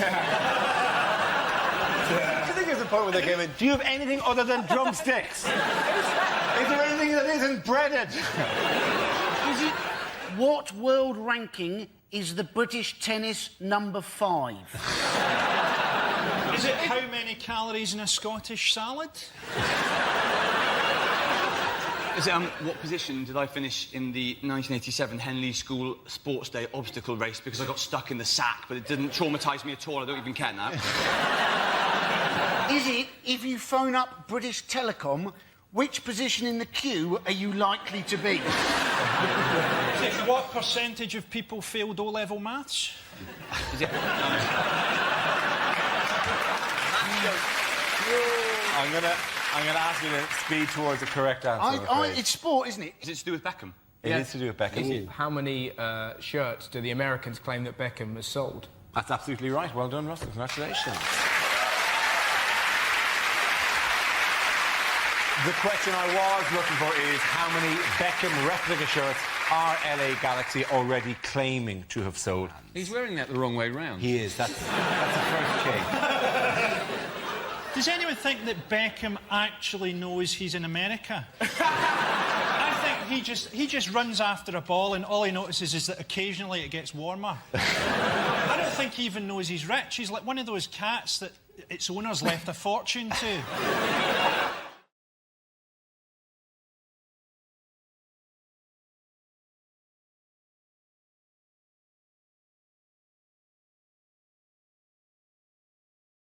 Here's a quote from Mingus. If you ever put me in one of those ham slicing machines, you'd find the top half Liberal and the bottom half Liberal Democrat. You're going to go. What an incredible thing to say. Well, A, who goes into a ham slicing machine for a start?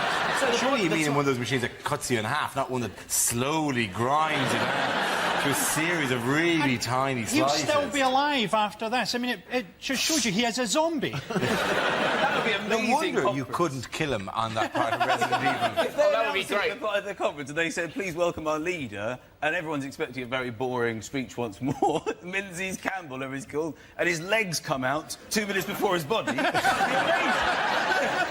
Liberal Democrat, come on, bring on the cheeky girl. He's got a 4% approval rating, Ming Campbell, which is nothing, right? So they could just have anybody lead them. It's not going to make any difference. So I say, come on, let's get Lee from Blue. It's not going to be any worse. He's looking for a gig. Yeah. He's got to be. And also his policies aren't going to come into force and say whatever he wants. I think that the homosexuals should declare war on the robots. Doesn't matter. Lee from Blue, bit of a laugh. And also his name is very odd. His name is Mingus. Mingus, yes. Scots. Yeah, Mingus. Yeah, but it's pronounced, it's spelled M-E-N-Z-I-E-S. Yes. Well, why are you looking at me like I'm insane? He's got a That's weird name. Menzies. Menzies. Yeah. John Menzies. But apparently... Menzies. Apparently don't go, let's go to John Mingus. They don't do it. But what's he do? Martina Hingis. Martina Hingis. Why are you still looking at me like I'm not making sense? It's a G, not a Z. Because I'm waiting to turn on me and my crazy ethnic name. When they were bringing it's men Z. That's not G. When they were growing, there's fundamentally something wrong with this man. He can't speak. He doesn't understand his own name. When he was growing up, hello Ming, shall we go to the Goo and see the Gebra? What are they talking about? Should we catch Gulu Dawn and maybe get to Gingerburger? It's a nonsense. What's going on here? It's just Nigel Farage hailing a cab. That is Nigel Farage attempting to get out of a car via the window. Still the most sensible exit he's ever negotiated. That's the first time a cab driver's ever turned round and gone, actually, mate, I find what you're saying a bit offensive. What's very creepy about this is that if you look in the reflection of the car at the back there, you can see there's a bald man, and then if you look in the front of the car, he's there as well. It's a bit suspicious that he's resigned at the same time as Cameron and Johnson. And Chris Evans. Yeah, do you think they're going to be presenting Top Gear? Yeah.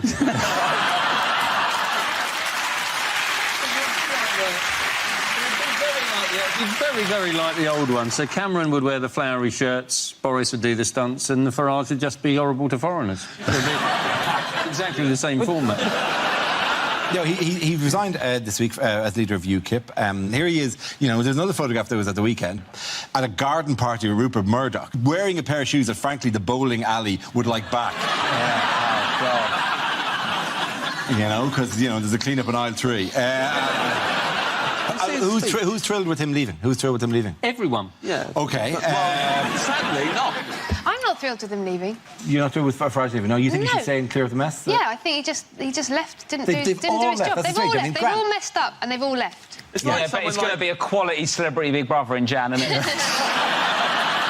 Who's running the country at the moment? Mandelson, Peter Mandelson, Darth Mandelson. Yes. Do you know what nobody ever says about him? He's gay and he's a lord. He's a gay lord. What's wrong there? To be honest.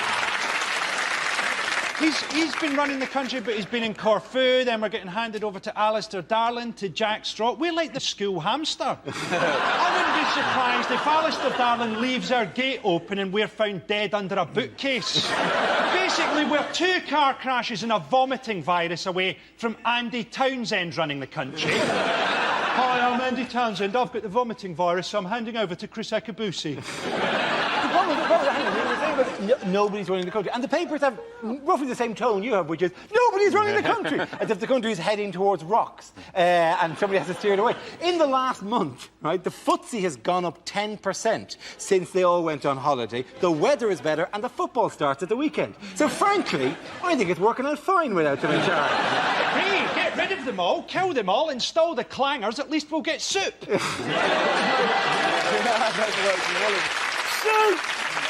There were some beautiful photos of Mandelson on holiday that were just so lovely. Proper British man red. Did you see any of those? He looked like he'd been left on a George Foreman grill. And some of the photos of him as well, the clothes he's wearing, he looked like he'd just been fried and then just flung into Matalan. You just see him sort of walking along like that. It was some of the most... Not only did he go to Corfu, on his way home he stopped off for 2 days to visit his parents in Mordor. How terrifying would it be for Mandelson to stay in your house? Have you seen Peter today? No, I don't know. He dematerialised and then fled into the air vents. I think if you want him to appear, you have to stamp twice and say his real name. When Manson leaves, does a small woman come into your house and go, "The house is clean"? Imagine him turning up at your holiday. Imagine seeing Mandelson in the beach. There's people on the banana boat, look like they're having a good time. Have them assassinated. Then bring me an enormous vibrating egg. I was intrigued by the fact that Theresa May ran a campaign, a successful campaign to become Prime Minister by doing and saying nothing for about 6 weeks and just watching everyone else die. It was like the one that we've learned is how Theresa May plays Call of Duty. Which is online, Theresa just finds a place to hide, holds up with the shotgun, lets the killing commence, pops out lurking, pam, pam, pam, gone, back in again. My big worry with Theresa May is that she might smile and it'll be winter forever. But the crazy thing about Theresa May is obviously that hardly anyone has voted for her. Like, I think it's 165 MPs have got her into power. Yeah. I think there are more members of the So Solid crew than have voted her into power. You weren't elected, were you, to this position? I wasn't. I stole it in a bloody coup. And would do it again, my friend. People have disappeared from the show, Miles, and would again, for raising those exact kind of questions. Well, I'm just saying... Where's Frankie now? Where's Russell now? Gone. You will be dragged through the streets, Star, and you will be dragged through the streets like Gaddafi. They were... Then they'll be laughing. Oh, there are 5 regulars on the show. How many regulars now? Just poor weak Hugh. Poor weak Hugh, who I own. Hugh will always give the correct answer when I ask him to, won't you, Hugh? Won't you, Hugh? Your shoes are almost polished. Thank you, Hugh. Hugh knows what's right for him. In other news... I think you're terrific on the megabus, sir. I don't know if you're being sarcastic here, Hugh. And there goes the final regular. Just me. How many European Union member states rejected Prime Minister Theresa May's plans for Brexit? What do you think of the EU leaders' response to Theresa May's checkers plan? It's not a surprise, is it? She knew they were going to reject it, but she went there on a sort of charm offensive, but she's Theresa May, so she decided just to do without the charm and just really double down on the offensive. She's always got the look of someone that's selling dodgy electrical gear at a car boot sale. I can't watch it anymore. I just find it too cringy of just watching all the EU leaders get on well, apart from her. She reminds me too much of what I was like in secondary school at a party, and that you're expecting in a minute that she's going to like look at the EU's CD collection. Just in a corner somewhere, going... I thought about this the other day, like, what are we going to be talking about when we're not talking about Brexit? And then I thought, we're not going to have time to talk. I would be too busy mugging old ladies for their penicillin prescriptions. Here's the 3 main things I'm worried about in the trade deal. OK. Orangina, pom bears and French kissing. In that order, if we can secure all those things, I'm happy to go ahead with checkers. Well, one of them is that it might affect flights to other EU countries. And again, I just think that's going to be the last thing we're worried about under a no-deal Brexit when we're, you know, too busy sucking off a greengrocer for a cabbage. So, in the first morning, surely. Let us get to the end of the week before we have to fillet retailers just to get... Why didn't the Remain campaign put that on a bus? Yeah. Because I'd be scared about the amount A of people... picture of a hearty greengrocer holding... You're going to you do for this? What will you do to get your hands on this after Brexit? I mean, that raises a lot of questions. The first being, how much do you like cabbage, Andrew? I've done that maybe for a cauliflower, but I'm No, not but sure. I really like sucking off greengrocer. Well, that's an upside anyway, I suppose. You're lucky if you can find one these days. Tell me about it, Hugh. This is the most English conversation. OK, sucking off chip shop owners. Can someone tell Larry what a cabbage is? He has so far threatened North Korea with total annihilation.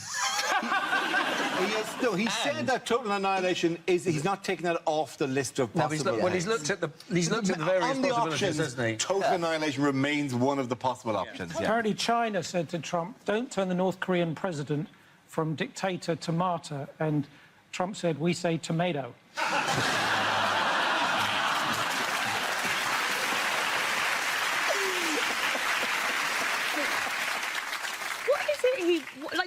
Does Kim Jong-un really believe that the US wants to invade North yes, Korea? he's been told this for years, yeah. But I mean, it's so insane. That's like Piers Morgan having a birthday party and hiring bouncers. It's like, no one's coming, Piers. Who's in the middle of all this? Who's in the middle of all this? China? The whole of the rest of the world. South Korea. It's Japan. Japan! Yeah, Japan, yeah. Japanese, and they fired... Because they fired it over Japan. In the same week that they did the underground test, they also fired a missile that landed over Japan. They tipped it over them like on Japan. Not on Japan, but so really it's the Japan. Pacific Ocean that needs to work. Yes, and they fired a possible nuclear weapon into an ocean near Japan, which we as well know has animal life in it that reacts badly to having nuclear weapons fired at it. And I think we've seen enough documentary footage of giant... Do you know this because you're the science man? I'm the science man, and for God's sake, listen to me. There's a lizard out there, and it's going to attack me. Why can't you people listen to me? I know it sounds crazy. We can't close the beaches. It's Labor Day weekend. But my wife dies. In the remake.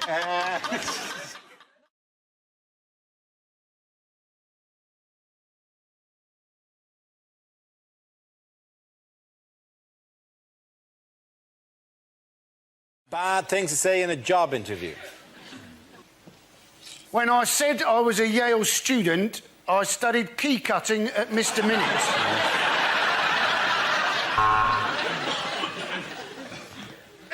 Why do we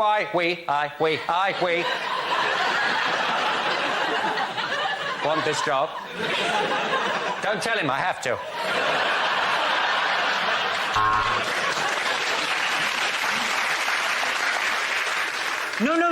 No, I applaud your policy of positive discrimination, and that's why I blacked up.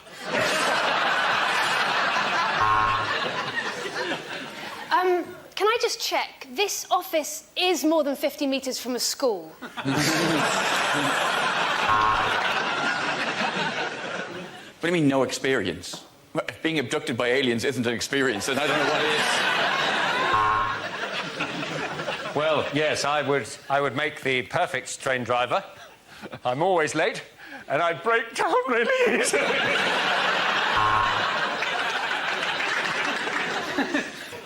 I think I'd make a very good diplomat. I'd like to live in Paris with all the other parasites.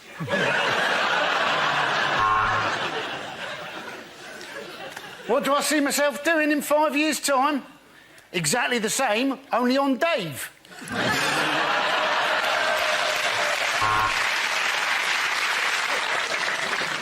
Thank you for seeing me. I hope you don't mind if I stay sat down for a moment. I've got a little erection bubbling away.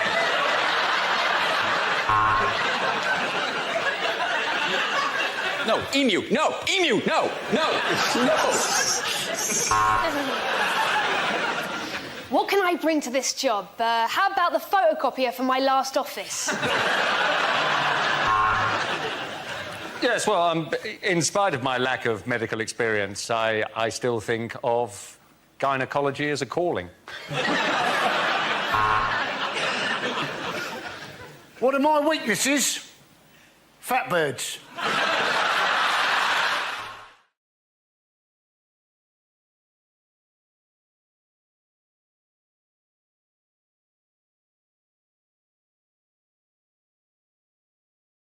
discarded titles for the next Harry Potter book.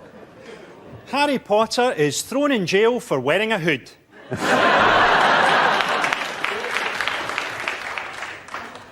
Harry Potter and the Wet Dream.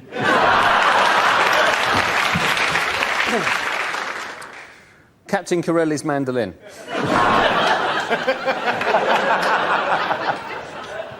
Harry Potter and the Mudblood Prince in a Nazi uniform.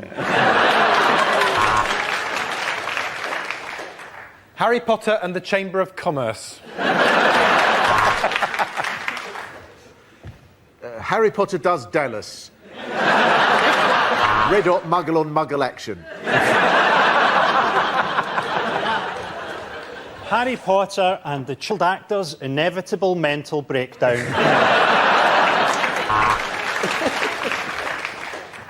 Harry Potter and the Prisoner of Abu Ghraib.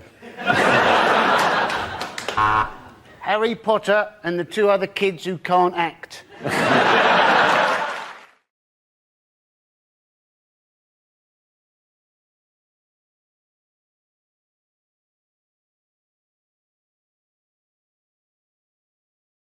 Now we play a round called Trump Around, Trump Around, Trump Up, and Get Down.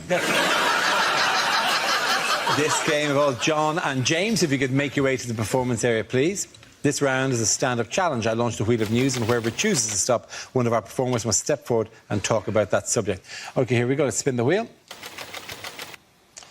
And the topic is home life. Who wants to come in that?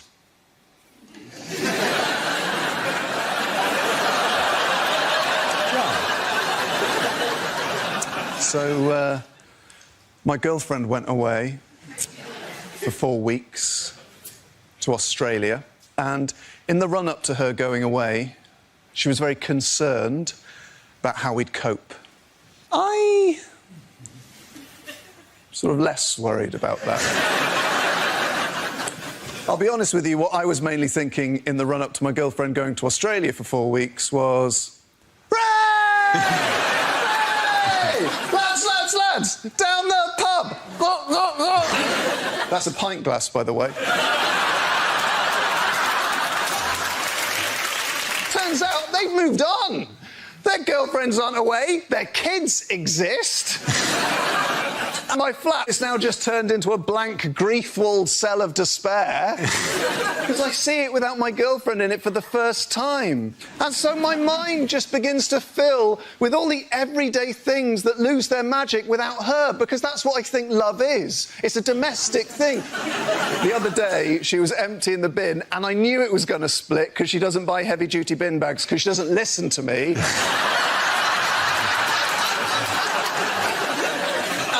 She's lifted out the bin, and I can see the main sort of bulk of the refuse is staying there. Meanwhile, the bag itself is just stretching, getting clearer and clearer till it's little more than a shadow. And I think, well, that bag is going to split, but I can't tell her because I've learned. I hear this shrill cry. It's a sound that I've not heard my girlfriend make before, because I'm not much in the bedroom. And I thought, well, that bin bag split, hasn't it? Time to go and lighten the atmos with a few choice quips about why we use heavy-duty bin bags. John Robbins.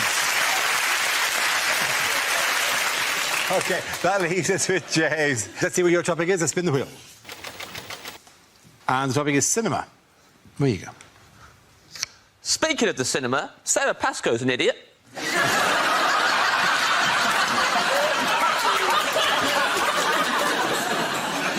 Love going to the cinema. My favourite film I ever saw at the cinema was the Eddie Redmayne classic, The Theory of Everything. I loved it. It should have been called Look Who's Hawking. That's my only criticism. No, it was perfect. Worst part of going to the cinema is other people. Easily. Sitting there. King of the Jerks is behind me. This really angry man. Had a go at me at one point because I was snacking. Get over yourself, Grandad. I'll do what I like. In his defence, I was eating a big bag of fortune cookies. Cracking them open, reading them out loud. It was disruptive. It was disruptive.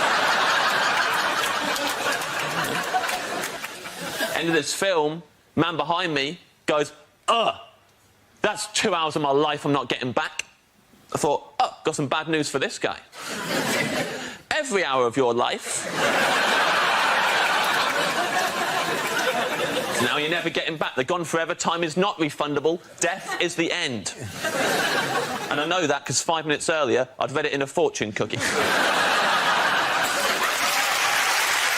you very much, James A. Carter. Then the fourth goes John Robbins.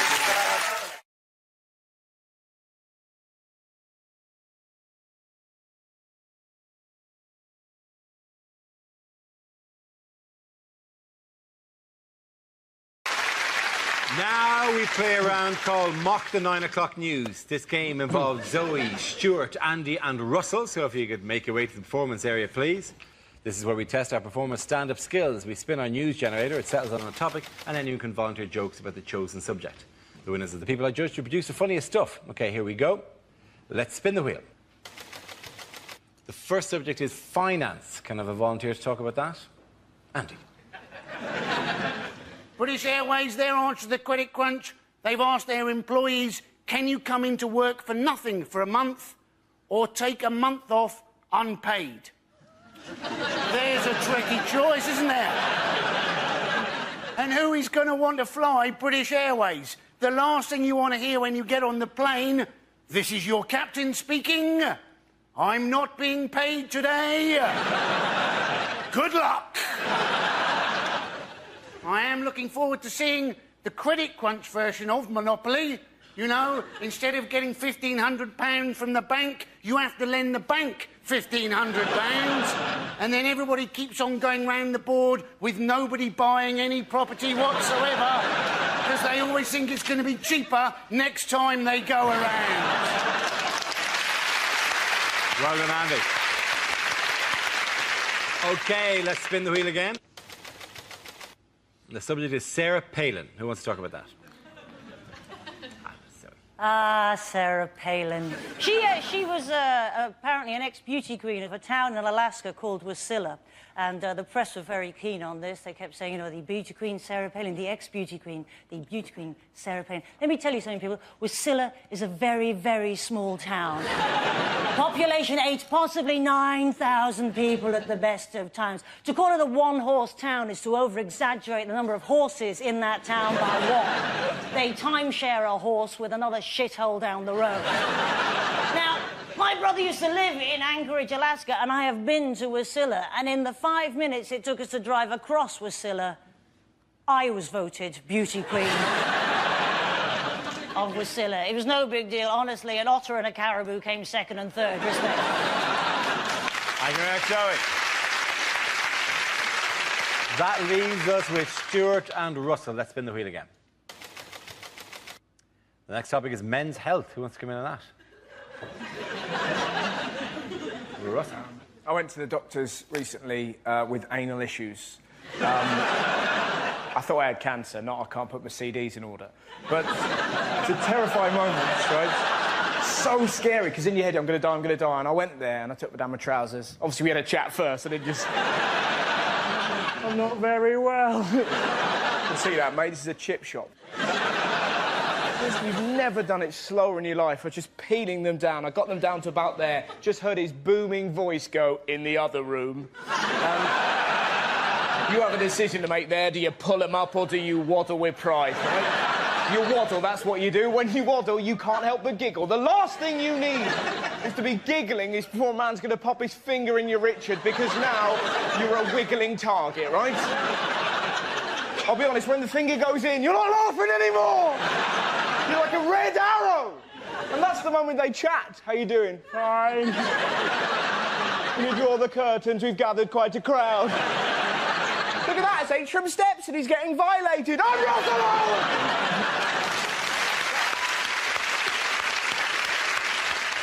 OK, Stuart, let's see what you've been left with. Let's spin the wheel. And the topic is school. You are looking at a very proud Canadian who is very proud of the education system in Canada. No, I was horrible in school. I failed math so many times I can't even count. I preferred French over chemistry because the chemistry teacher and I just didn't have any, rapport. One teacher said I'd be a better student if I spent less time flirting. I immediately jumped off his lap. One teacher used to always say I wasn't very observant, but you know what? That was his or her opinion.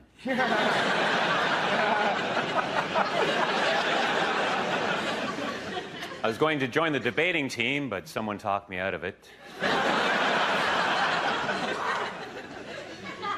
In high school, I was voted most likely to reminisce.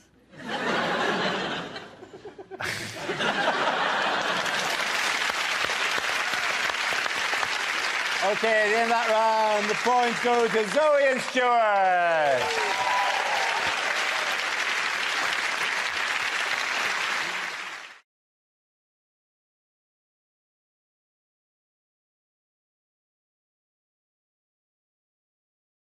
Whose famous face was recently given a makeover? Is this the Jesus story? This is the Jesus story. This is like this Spanish woman who tried to restore this painting and just ruined it. She did. Where was it, by the way? It was in... It was in Spain. It was in Spain. I'm trying to Where find... the Spanish ladies are. Yes. And they do dance well. It was in Zaragoza. It was in the Sanctuary of Mercy Church in Zaragoza. That's it. And the authorities were very cross with her. Because the only people who are allowed to touch up in a Catholic church are, of course, the priest. Yes, it was a church, the Sanctuary of Mercy Church near Zaragoza, and there is a century-old... You really brought Spain to life for us there. You have to make an effort with foreign names. You can't just be Zeds and... And you say Paris, do you? Zaragoza. Zaragoza. Wanker. Zaragoza.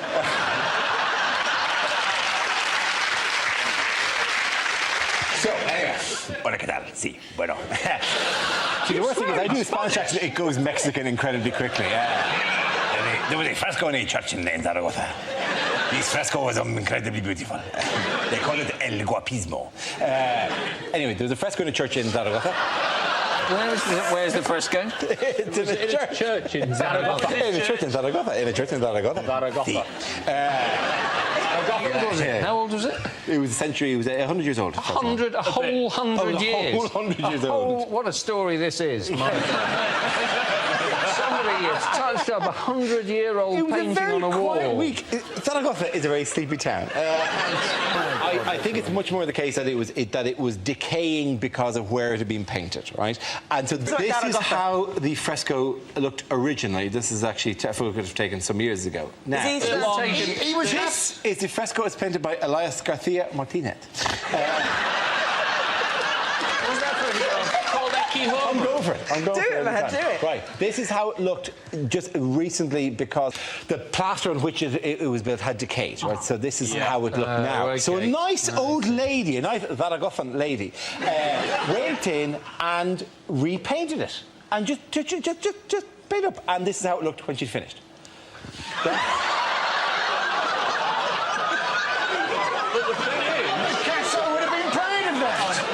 She's done a great job of it. The thing is, here's one I sent in earlier. It really should be.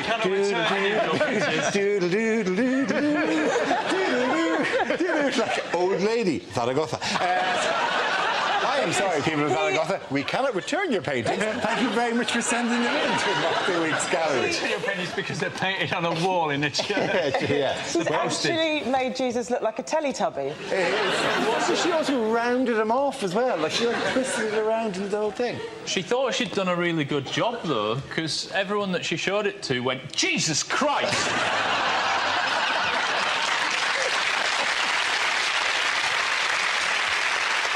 Completely fair. We don't actually know what Jesus looked like.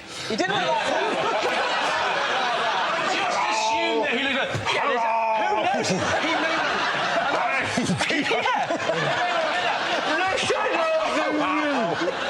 I'll tell you what, This might have been the bit from the Bible. I'm Jesus. I'll tell you what. Missing in the Bible where Jesus comes in after a botched face job. At supper and everyone says, have you had any work done, Jesus? No. furry hat. My furry hat goes all the way around. She's actually seeing the restorer next week, isn't she? Because she's got to tell the restorer exactly what materials she used to do that. And you're thinking all she's going to produce is half a potato. The irony is she is probably older than the fucking fresco.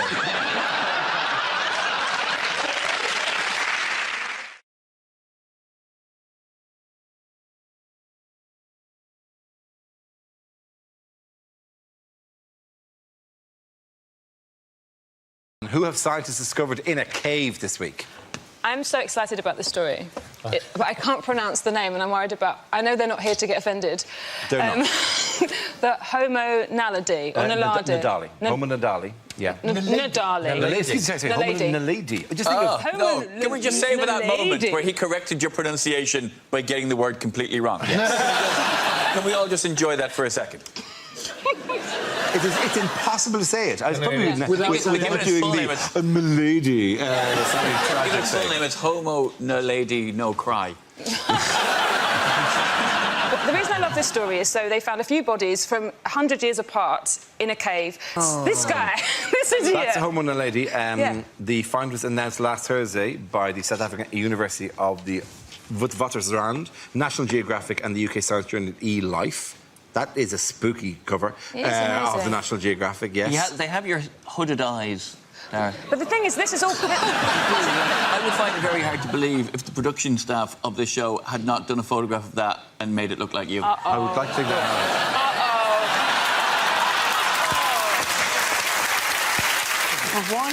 No. I am not doing the face. Well, listen, I'll tell you Hold one the thing. face. I am not getting on that megabus. Now that, I think, is a thing. I think we know where this is going now, don't we? Yeah, there we go. Wow. You look the happiest out of all three. How did they die? Do you know how they died? No, I They were don't know. shot by an American dentist. Now, that is too soon. Yeah. OK, at the end of that round, the points go to Ed, Sarah and Andy.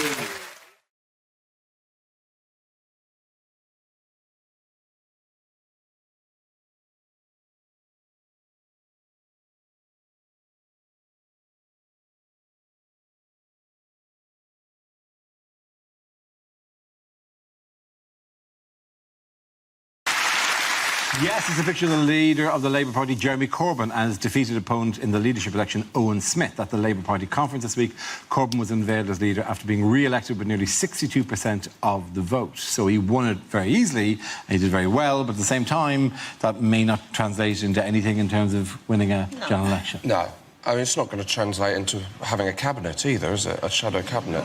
He's going to have to do a shadow cabinet like, you know, Macaulay Culkin in Home Alone with the shadows. It's going to be a literal shadow cabinet. What is that? Mannequin for defence? You've got to admire the Labour Party's ability to see the Conservatives in chaos and respond like this. You call that political disarray? Sit down, let the professionals show you. We'll see your chaos and raise your botched coup that involves our deputy leader having to be called home early from Glastonbury. He's incredible in that he can gather so many people together in a rally and they sort of see him as a messiah in the same way he will probably be crucified in the next election.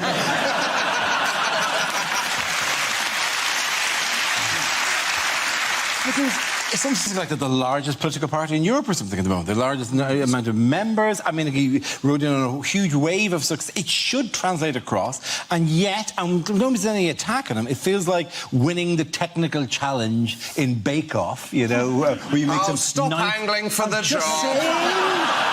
Just saying. Can I interject here? Has anybody on this stage won the technical challenge in Bake Off? Yes. Yes. What did you have to make? Lemon meringue pie, bitches! OK, right. Two things. Firstly, you were doing great on I won the technical challenge on Bake Off until you said the words, a lemon meringue pie. When you know... No! That's just a cake. That's not not technical challenges. Some 17th century. The meringue pie is not an easy technical bake. In fact, Paul Hollywood even said, he looked at me and said, I bet I'm going to cut right into that, and all the meringue's going to just pour out of it. Did it? Did it? Bugger it! OK, well, you killed my metaphor, which I was going to do a really nice thing. I didn't mean to kill your metaphor. I just meant to point out that I am more qualified to wield it than you are. That's all. I'll give you that. Tell us about your This is actually turning into the Labour Party conference. Tell us about your showstopper, Ed. How did that go? How did your showstopper go? Didn't go well. Didn't go well, did it? Carrot cake, and it was raw in the middle. And then you just threw icing at it like you were trying to smother it. You're slagging, but I like the fact that you watched.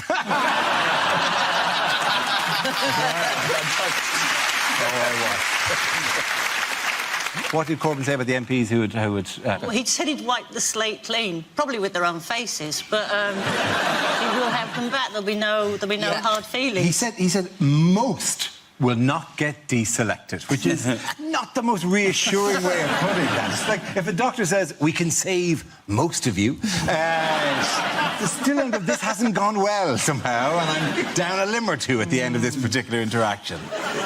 You can't trust the Labour Party anyway. At the beginning of conference, they always sing the song, we'll keep the red flag flying. But if they get into power, that means no one can go swimming.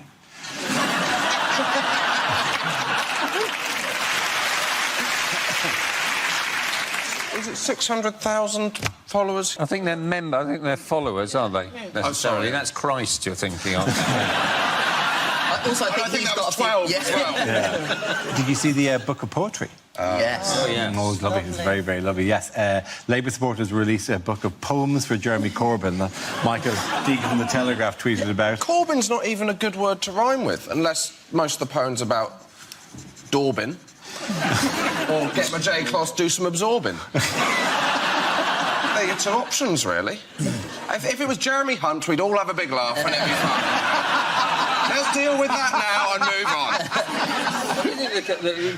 The Corbyn sounds a bit... You can say you've got the green bin for glass, haven't you? You've got the black bin for plastic. You've got the Corbyn for recycled old ideas from the 1970s.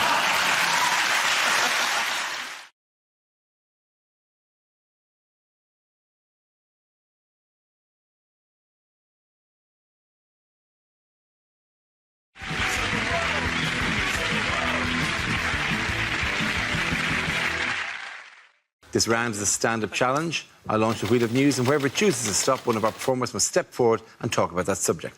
OK, here we go. Let's spin the wheel. The first subject is going out. Rob. I like going out and getting drunk. It's fun, isn't it? I got so drunk the other week. It was the most hungover I've ever been. In the morning, I bought a McDonald's breakfast and ate it in a queue for a Greggs.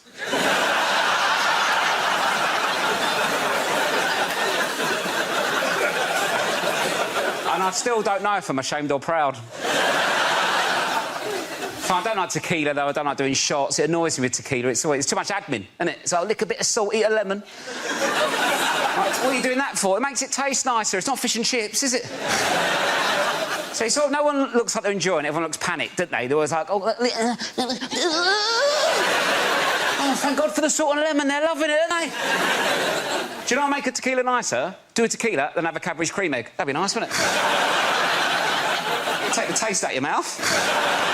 The thing is, as well, though, it's like I can't properly get on it now. I'm like a bit older. I'm not saying I'm too old to get drunk, but when I was 18, you don't care, do you? You can get battered. Just get on with it, right? Because hangovers, they say hangovers get worse. They don't, do they? You just have more shit to do when you're older. That's the problem. When I was 18 on a night out, I'd be getting on it. Someone might go, do you want some drugs? I'm like, oh, I don't know. How'll it affect me? What will my mum think? Oh, my God, drugs. Now, if I'm on a night out, someone like, do you want some drugs? Can't, mate. Got to paint a fence tomorrow.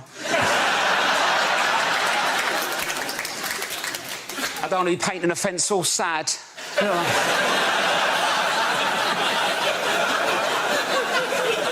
all hot, sweaty and vulnerable, like, oh... I was really looking forward to painting this fence last night. Told everyone about it. I'm so hot, sweaty and sad. I'm more likely to keep hold of the drugs, do them in the morning before the fence, just smash it like that. I'll do the roof, shall I do the roof? Let's do the roof. We've got no ladder. I'm flying, Mum. Thank you very much, Rob. OK, that leaves us with James. Let's see what topic you've been left with. Let's spin the wheel. And it's food and drink. I'm not like Rob. I don't like going out and getting drunk. I like staying in. I drink on my own. Way cooler, man. I lock the door, I get myself a glass of punch. Is that weird? I drink punch on my own. Is that strange? I drink it from a big punch bowl with a ladle in it in the corner of my bedroom. Is that weird? I don't know what other people do. People are always worried about punch getting spiked. Solo punch, problem solved. Not to spike myself, unless it's Fun Time Thursdays.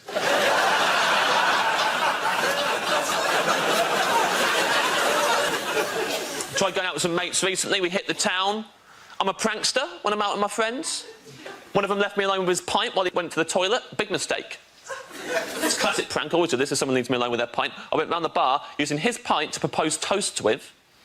Deliberately proposing toasts to things I knew he disagreed with.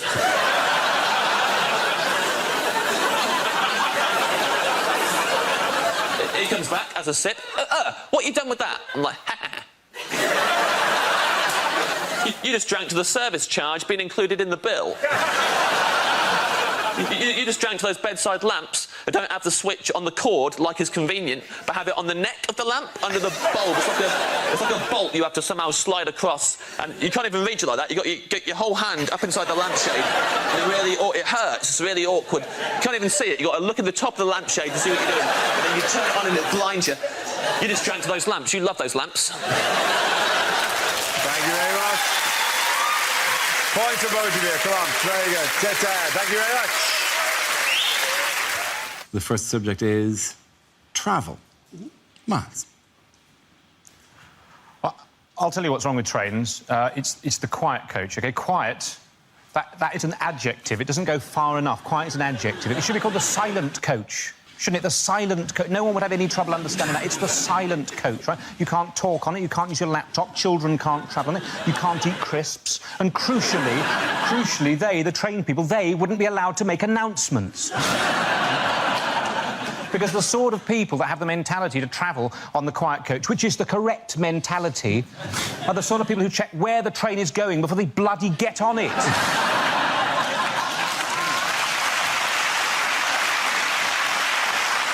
For years, we've just not got these things right. Mock the weak audience, you're exactly the sort of people that know what I'm talking about. In Russia, during the revolution, right?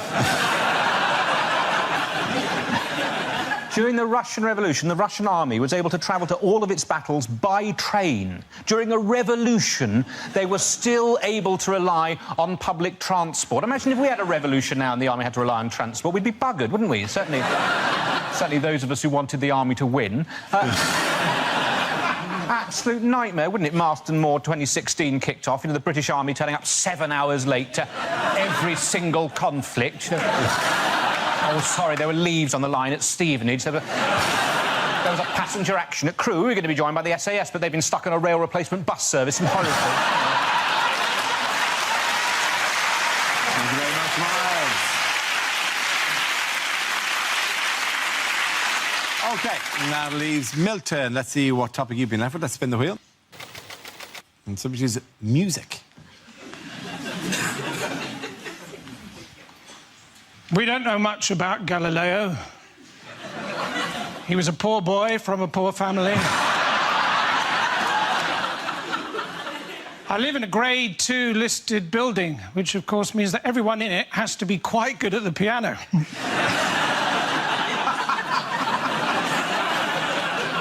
Apparently all Chinese children who are learning to play the piano know a tune called Knife and Fork.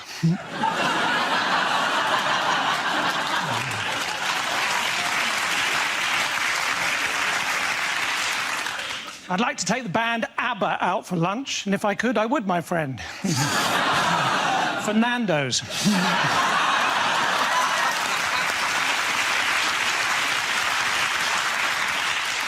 When I was at school and it rained, we used to have to stay in for wet play. And when it was cold, we used to have to stay in and listen to this really dull band. AD 79. Julius Caesar receives the first ever weather forecast.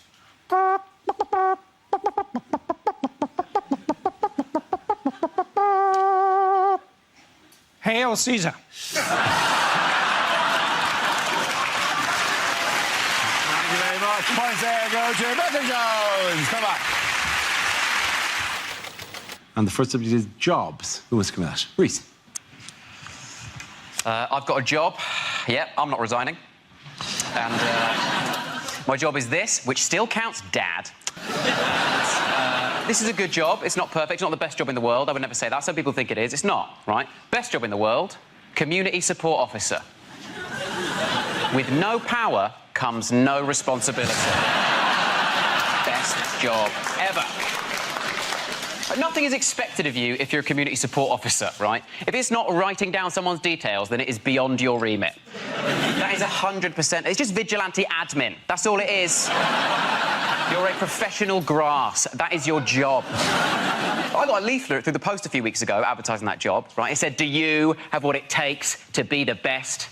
Will you stand up in the face of danger when no one else will? No? Then you should become a community support officer. In the hierarchy of law enforcement in this country, it goes Army, Police, British Transport Police, Ticket Inspector, Traffic Warden, Park Ranger,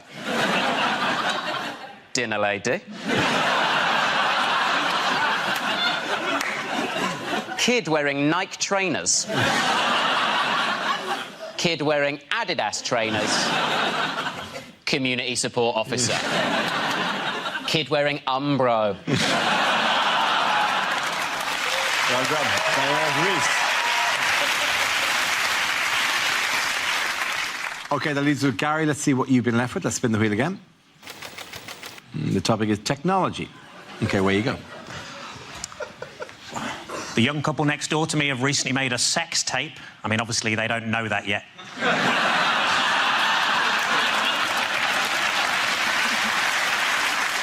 The hardest part of making skimmed milk must be throwing the cows across the lake.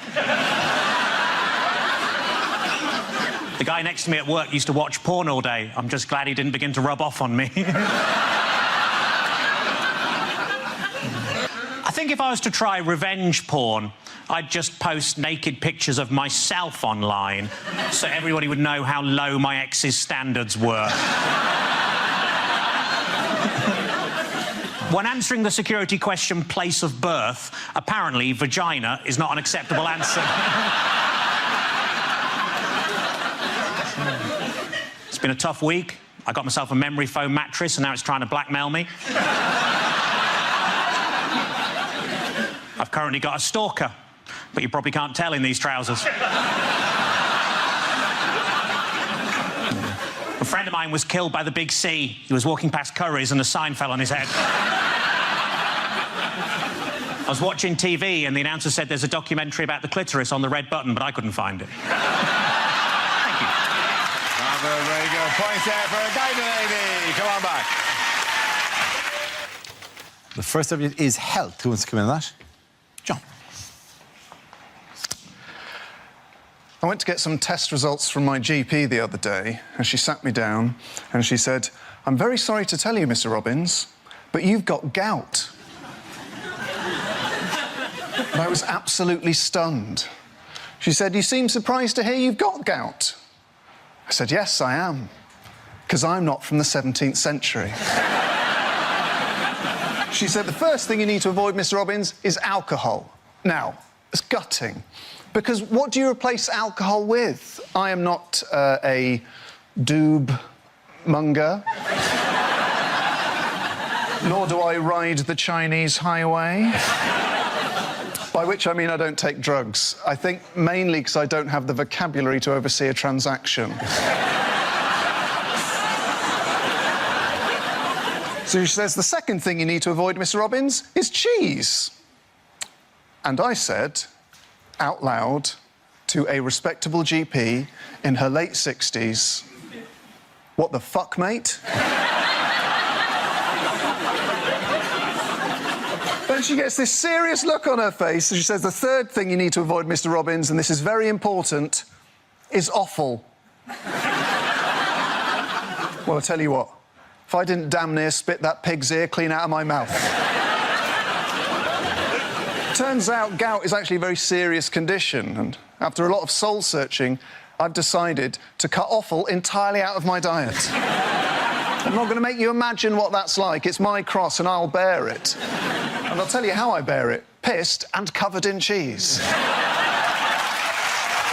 done. Thank you very much.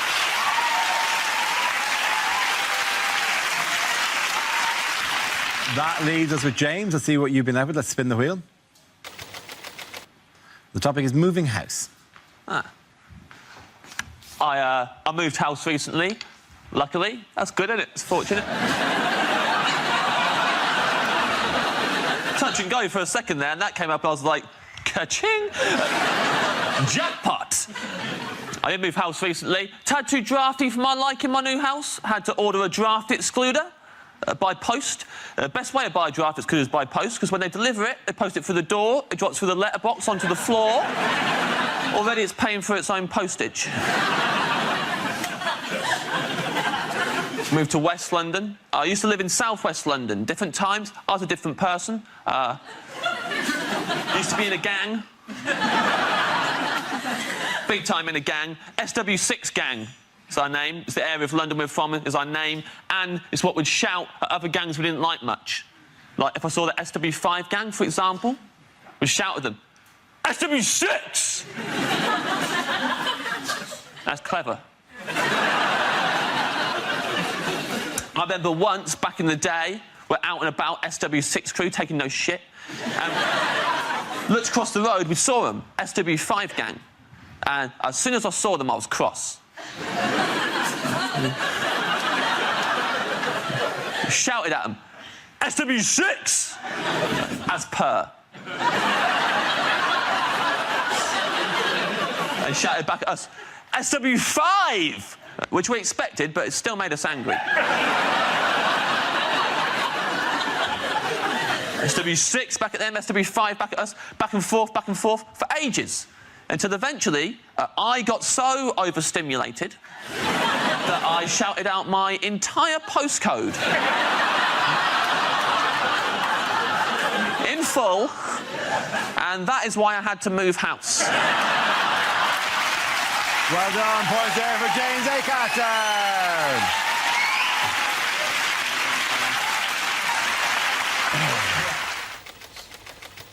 The first subject is alternative medicine. Can I have a volunteer to talk about that? Andy. Apparently, a lot of people trying to get into therapy at the moment. Other people knocking it, saying, you know, oh, well, you should just lose your inhibitions, talk about your problems to your friends. I thought I'd try this. I talked about my problems to my friends for a whole hour. Lost my inhibitions, also lost my friends. I now tell my problems to taxi drivers. 2 advantages in this. 1, it stops the taxi driver from telling you his problems. And 2, it's amazing how much quicker you get to your bloody destination. Well done, Andy Parsons. OK, let's spin the wheel again. Subject is the media. Who wants to come into that? Russell. I'll do that. I'd see, you know, the way I like getting the news is Radio 5 Live. It's fantastic, 'cause it's just news and nutters, isn't it? They'll read out, like, that was the Pope's view on abortion, and then, hello, Felicity Puddleduck here, livid and ill-informed. I'd just like to say those harlots should give birth to their children aged 2 that charge you to national service. I'm off to bake a cake. And sat there listening, and then the next night, David, are you out of your mind? Cloning? Think it through. 2 versions of me. Want to go out and commit a crime? Who gets blamed for it? Me! I'm doing a 20 string. He's banging my wife. Where's the justice? And you sat there listening to these nutters, and then the most ridiculous story. A man in Bristol's found the face of Jesus on a crisp. And suddenly, there with him, I couldn't believe it. I opened up my frazzles. There he was. Russell Howard. OK, the leads are Hugh and Frankie. The next topic is sport. Do you know, I've heard a rumour that horse racing may not be completely honest. It's unbelievable, isn't it? But how do you stop the corruption? Well, one solution may be to call horses something like mafia-backed second favourite. Because if everyone did that, everyone would be confused, no one would know who to bet on, and the whole thing would be fair again. And they're off, and the first to show is Blatantly Bribed, followed by Mafia-backed second favourite. They're just ahead of Dope to the Gills, Mysterious Limp, and just behind them, Out for a Canter, and I'll Fall at the Fifth. And as they come to the fifth, I'll Fall at the Fifth has fallen. I'll Fall at the Fifth has fallen at the fifth in a magnificent display of cheating, and they're coming into the final furlong. Mysterious Limp is slowing, Out for a Canter is clearly struggling, but coming through strongly is Mafia-backed second favourite, and as they cross the line, Mafia-backed second favourite has won it, which is remarkable, seeing as he has no head. That's been left in someone's bed for tomorrow morning. Well done, you. Well done, you. OK, Frankie, let's see what you've been left with. And it's environment. Didn't that used to be an advert for mints? Ryanair getting a hard time from the environmental lobby because they've launched a £7 flight to New York. Although, as always with Ryanair, it does land slightly outside New York, in Dublin. It's a pity we can't harness more natural energy, isn't it? Pity we can't harness the power of British moaning. Oh no, that moaning-powered light bulb's on the blink again. Oh no, there it is back on. Everyone complained about the floods, didn't they? I like storms. I like thunder and lightning. What I like to do during a storm is shag my girlfriend and pretend that we're taking part in the conception of the Antichrist. Frankie Boyle, ladies and gentlemen. At the end of that round, the points go to Frankie and you.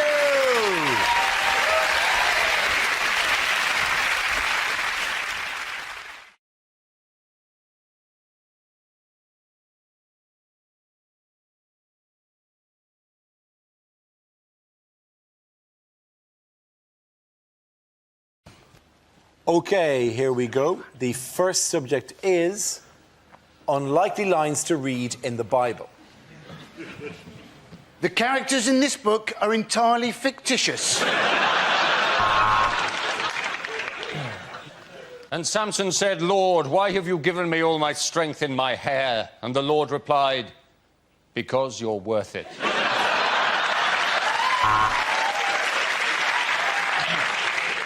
Noah noticed that the ark was sinking. He hated woodpeckers.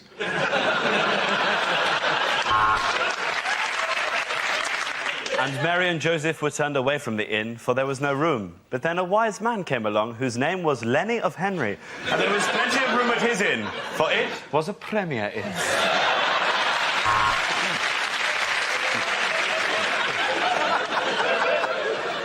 Jesus was born in a stable, so in many years later, when he left the door open and people said, were you born in a barn? He could say, yes, I was actually.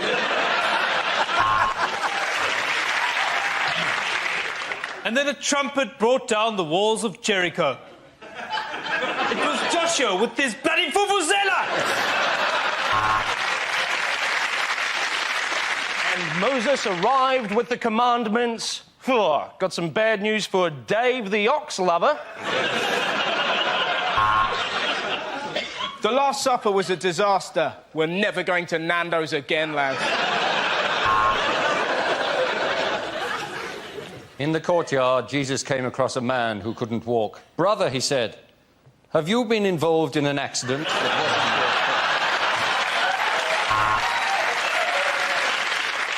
And it rained for 40 days and 40 nights, which was a surprise, because the Met Office had predicted a barbecue summer.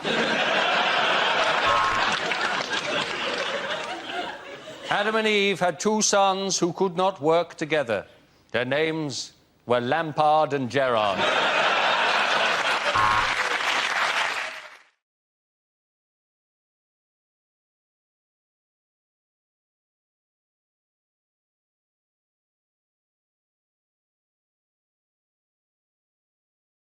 And it's food. Oh, OK. Oh, very similar topics.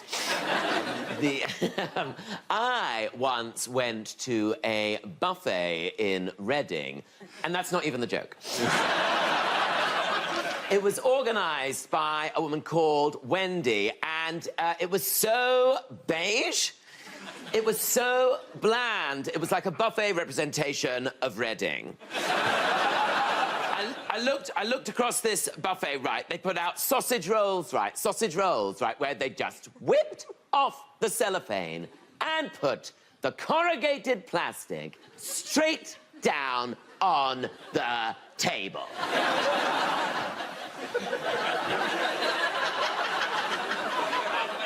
Like we were dogs!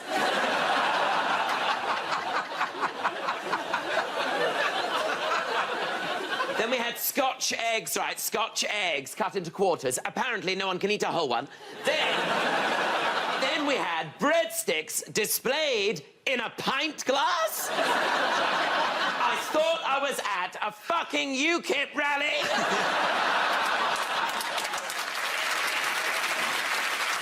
Then she starts putting down cold pizza slices next to wontons. No one's mixed Italian and Chinese cuisine like that since Marco Polo.